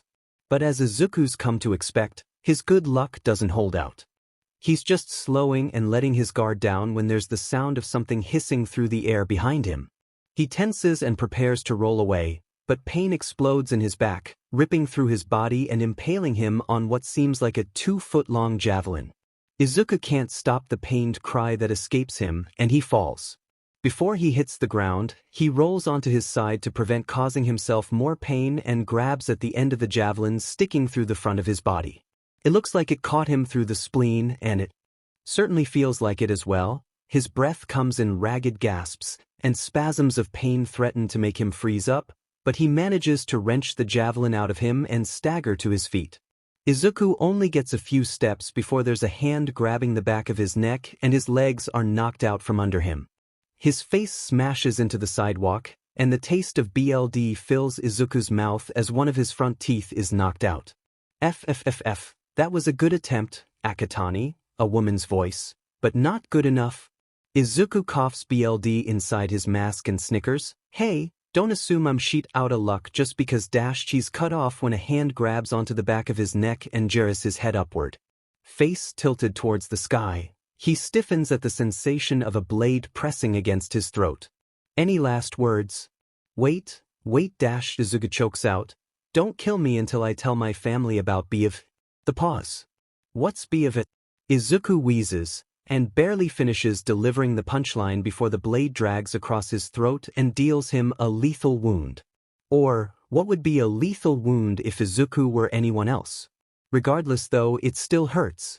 And pain reverts one back to their basic instincts. Despite knowing he's going to be alright in the end, Izuku's hands shoot up to press against his rent-open throat and his mouth gapes in a wordless shout.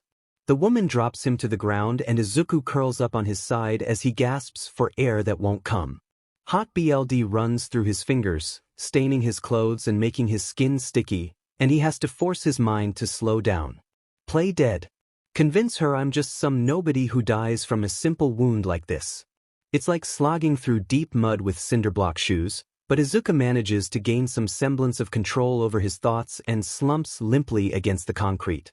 After giving one last and hopefully convincing convulsion, he lets out a wheeze and closes his eyes.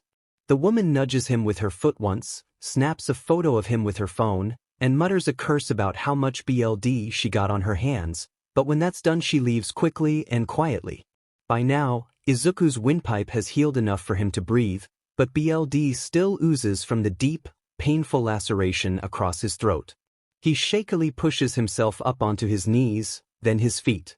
Put some distance between me and them. Gotta get somewhere safer. He staggers down the alley, one hand pressed to his throat and the other against the wall of the alley as support. And it's hard.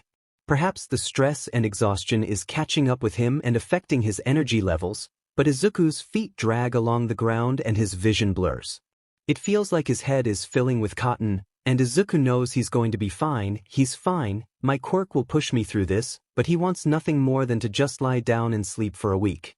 Akatani, was it? A voice comes from behind Izuku, and he stops. God, I should have just stayed home.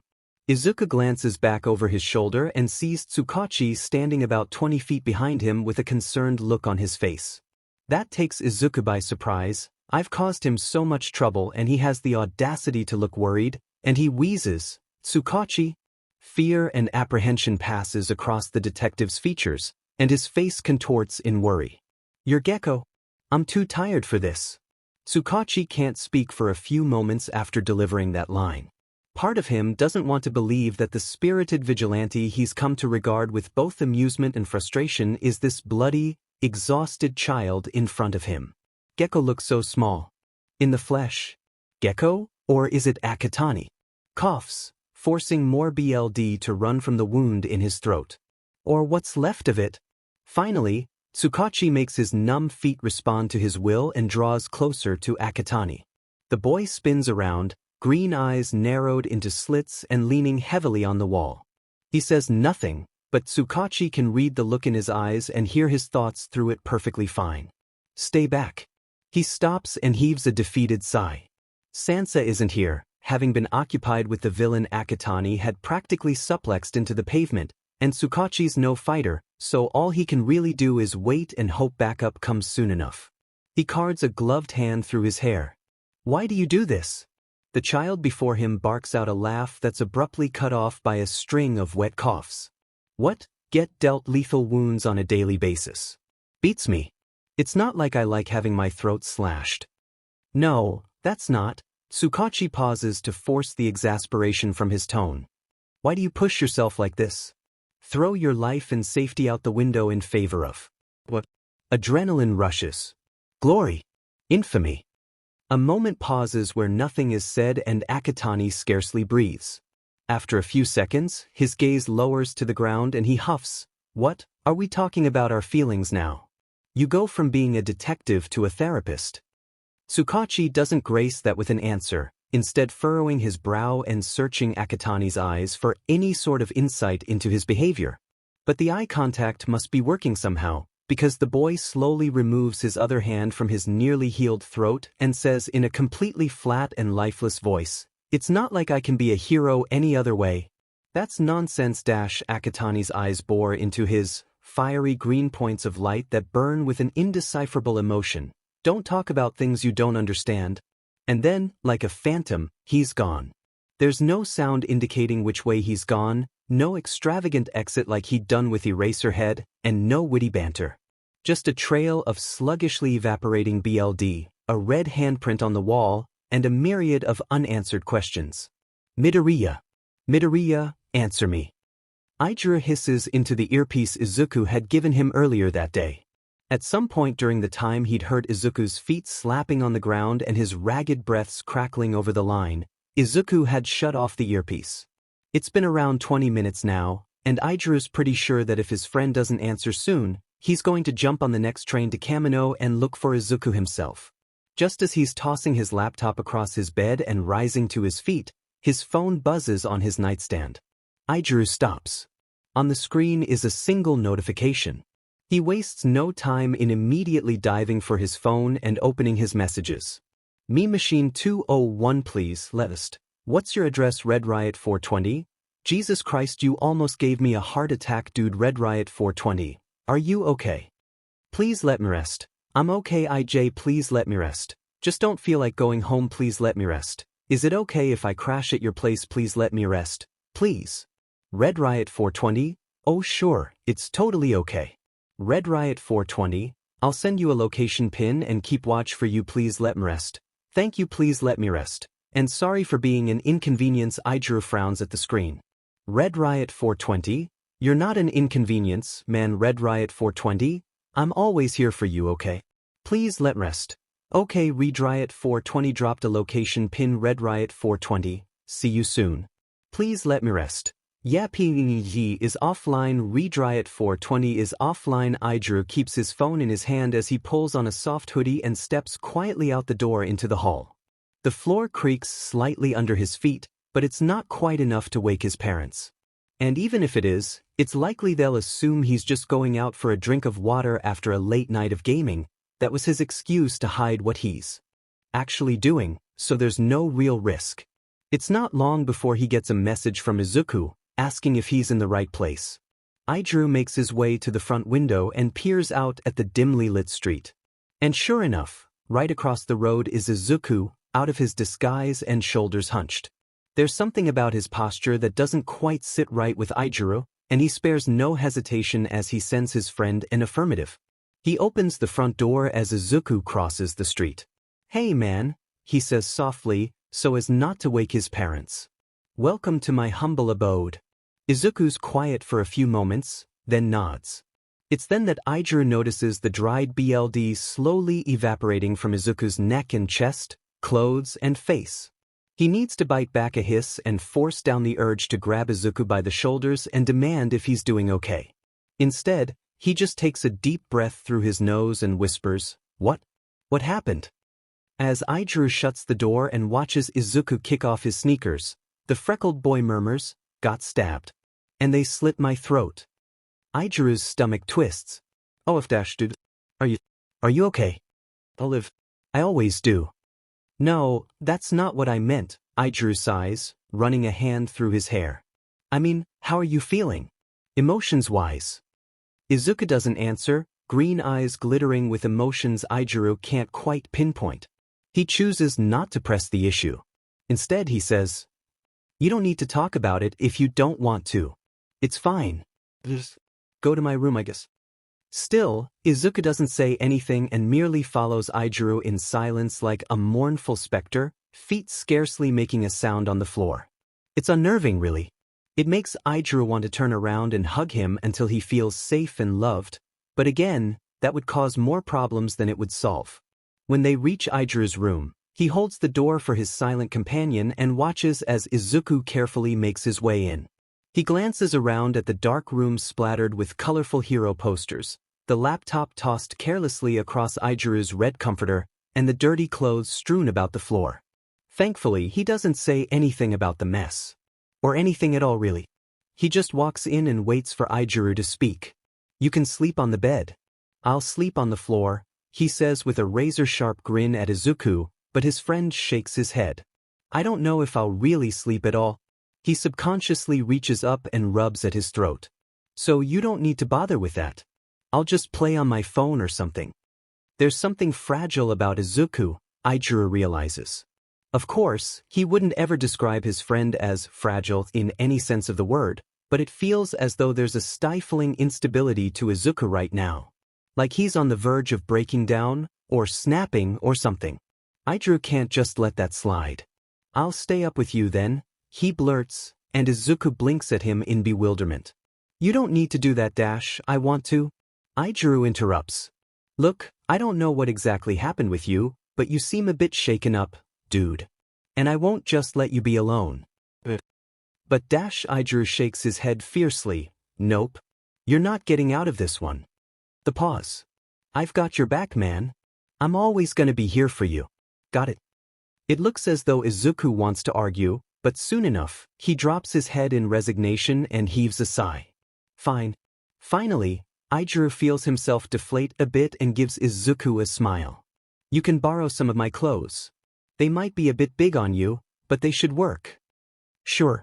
When Aijuru finally finds Izuku a set of pajamas that aren't overly gaudy, Izuku moves off into the far corner of the room and changes. As he does, Aijuru starts gathering up the dirty clothes on his floor and sending them flying across the room into his laundry basket. His mind wanders, starting to think of ways he can address the situation without being overbearing or pushy, but it's for naught. Because Izuku takes him by surprise when he quietly says, "Kirishima. This is weird, but can I hold your hand?" Aijuru almost chokes on air as he turns around and stares at Izuku with wide eyes. It's not weird at all, don't worry, but he cards a hand through his hair. Are you sure you can handle something like that? With your haphophobia and all? I don't know, but Izuku's throat bobs. I really need to do something or I might. He doesn't finish the sentence, but Aijuru's had enough panic attacks of his own to recognize the impending threat of one in his friend's body language. He nods. But we'll try it. Aijuru makes his way over to his bed and sits on it with his legs crossed. Izuku does the same, but he won't look Aijuru in the face. He just watches Aijuru's hands with equal parts apprehension and desperation. And deep inside himself, Aijuru feels something break. He extends his hands towards Izuku, palms up. Just tell me if it's too much. I don't want to, make your fear worse. Okay. Izuku slowly reaches his own hands out towards Aijuru's, fingers trembling. After what seems like an eternity, Izuku's cold fingers finally make contact with Aijuru's palms. A shudder runs through Izuku's body, and the line of his shoulders grows tense. He only maintains contact for a few seconds before he yanks his hands back with a hiss of, F-. It's okay, man. It's not. Izuku snaps, wringing his fingers with a frustrated look on his face before reaching out again. Midoriya. He touches Aijuru's hands, and Aijuru now sees how Izuku's entire body trembles violently. He pulls his hands back and speaks in a slightly firmer voice. Midoriya? Izuku's head snaps up, and green eyes glitter with the last vestiges of control being swamped by panic. Aijuru takes a breath, meets his friend's eyes, and murmurs, "Breathe. It's okay." "It's not okay, Kirishima," Izuku says in little more than a wheeze. "No," Aijuru replies, "but it's okay to not be okay. Just breathe and we'll figure something out." Izuku gives him a jerky nod and closes his eyes. As he works to slow his breathing down, Aijuru's mind races furiously to find some sort of solution to their problem. Problem solving has never really been Aijuru's strong suit, but god damn it, he's going to try. Finally, as Izuku's shuddering stops and his breathing returns to normal, Aijuru thinks of something. "Midoriya." Izuku looks up. "This is just me taking a shot in the dark here, but are you okay with your hair being touched?" He laces his fingers together, brow furrowing. "I don't know. Would you mind if I tried touching yours? You can say no if you want. I don't want to make you uncomfortable. Do it?" Izuku says without hesitation. Those hints of desperation are creeping back into his gaze, and Aijuru has to once again force down the urge to reach out and hug him. Aijuru nods stiffly. "Okay." Lowering his head, Izuku lets out an anxious breath and shuffles slightly closer to Aijuru. His fingers clutch at the comforter, his body is stiff as stone, and that fragility hasn't left him, but if he wants to try this and if it'll help him, Aijuru's willing to do what Izuku wants. Aijuru takes a breath and wipes his sweaty hands on the blanket under him before shuffling almost close enough to Izuku for their knees to brush. Izuku closes his eyes, and Aijuru raises his right hand. A moment passes where silence hangs heavy and stifling like a noxious gas, and then Aijuru gently brings his hand down to rest on Izuku's head. He puts very little pressure on his hair, just enough that Izuku will probably feel vague warmth on his scalp, but not much else. "Kirishima? Why, should I take my hand off?" Izuku swallows thickly. "It doesn't burn." "What?" Aijuru asks confusedly, startling a bit when Izuku leans into his touch with a shaky sigh. When people touch me, it feels like a burn," Izuku starts explaining quietly.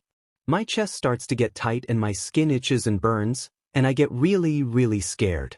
I dissociate sometimes, I'll get dizzy, and I just start completely freaking out. A pause, but this doesn't feel like that. A smile comes unbidden to Ijiru's face. You mean? My hair is okay to touch. Ijiru could cry. He could honestly cry. No, he's crying. Hot, happy tears start rolling down his cheeks and he lets out an ecstatic laugh. He couldn't care less whether or not it wakes his parents up at this point. That's a trivial thing. What's happening here is what's important. Izuku reaches up and presses his palms over his eyes as a shudder runs through him. He's crying too, Ijiru realizes, and muses Izuku's hair a bit. Well, Demon, he remarks, looks like we found a loophole we can work with. Below his hand, Izuku's head bobs with a nod. Ijiru brings his other hand up and starts running his fingers through Izuku's green curls. Izuku leans into the touch, hands lowering from his eyes, which are now closed. When Ijiru's eyes finally dry and Izuku's become considerably more relaxed, he starts playing with another idea.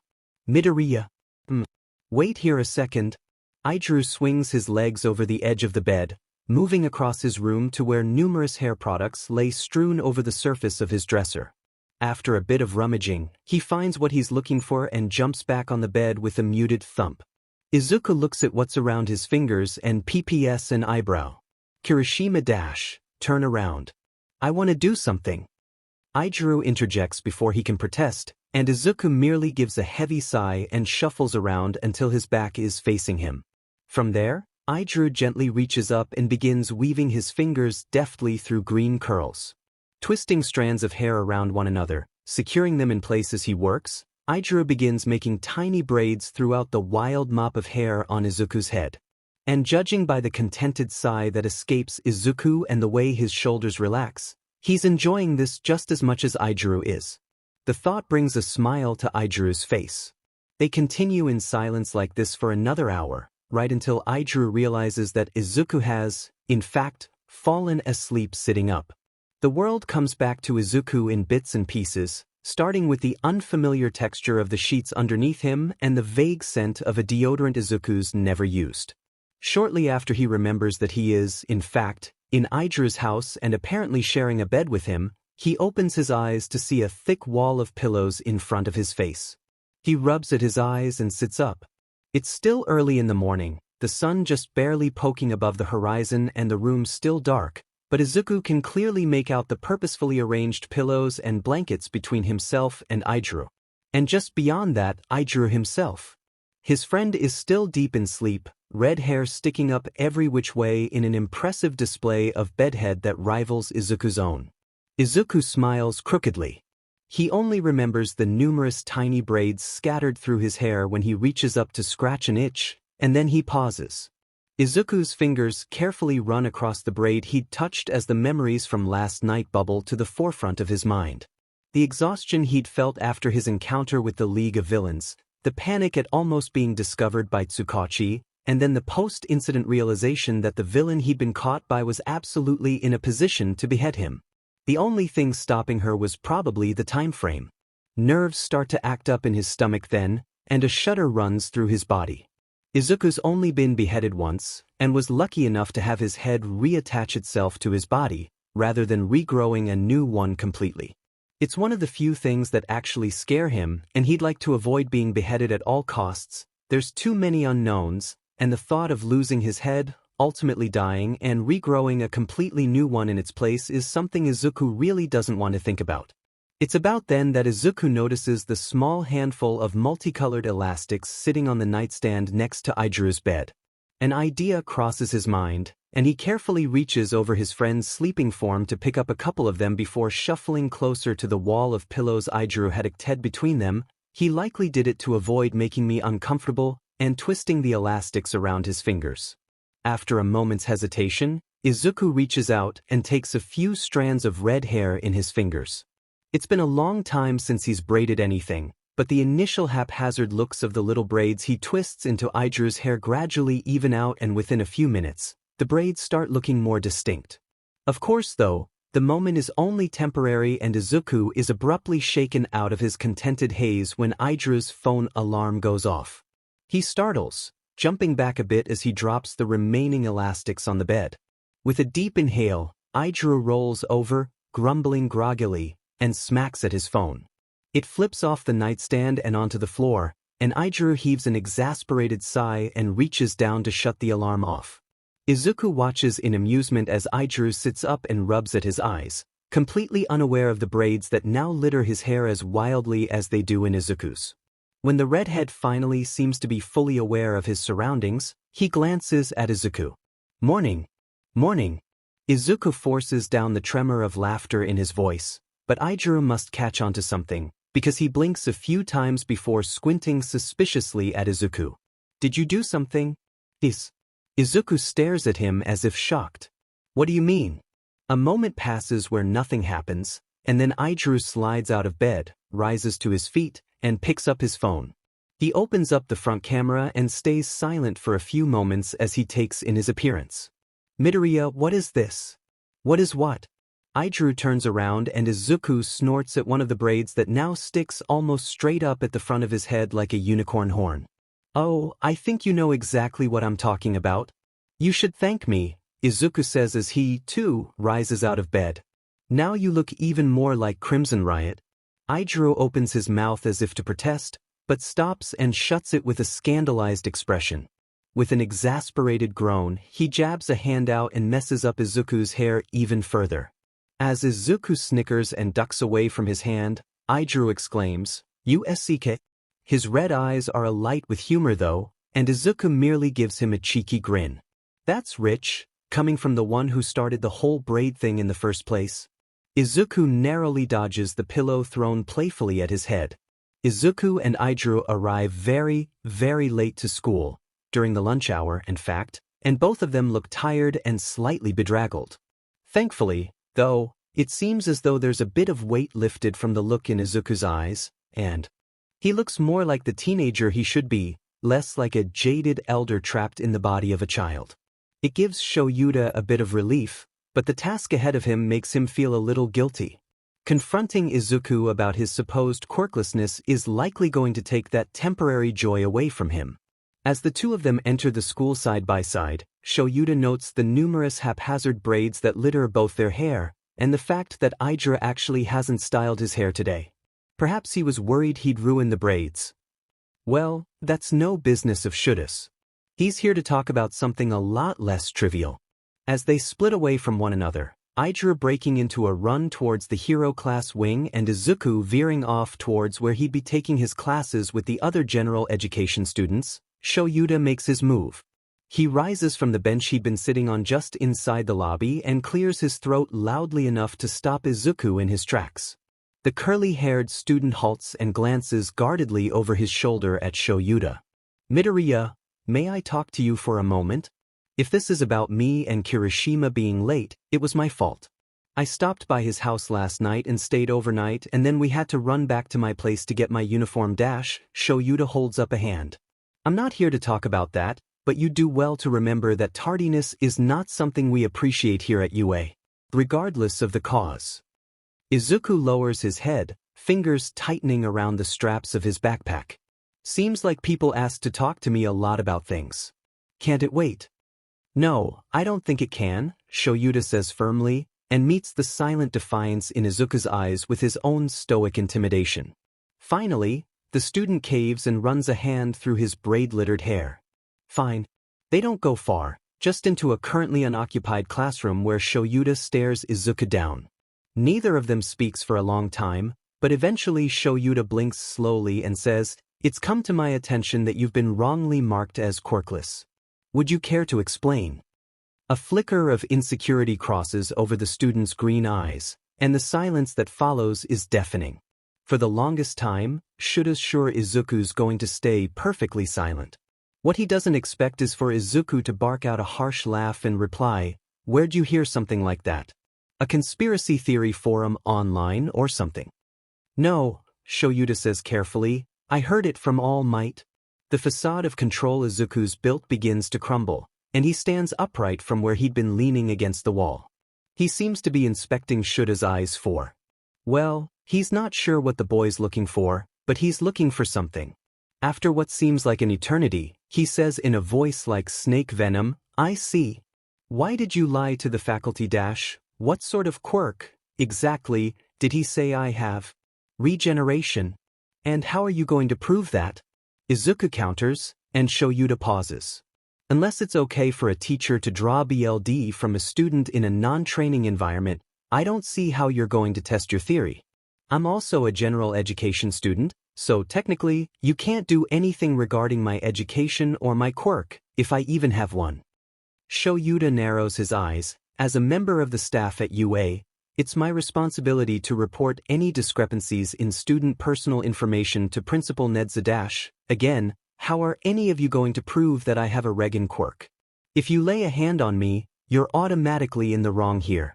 I'm just a student running late to class, and you've pulled me aside to lecture me, despite me not even being a student in any of your classes, and I end up coming away from this with a wound that may or may not heal.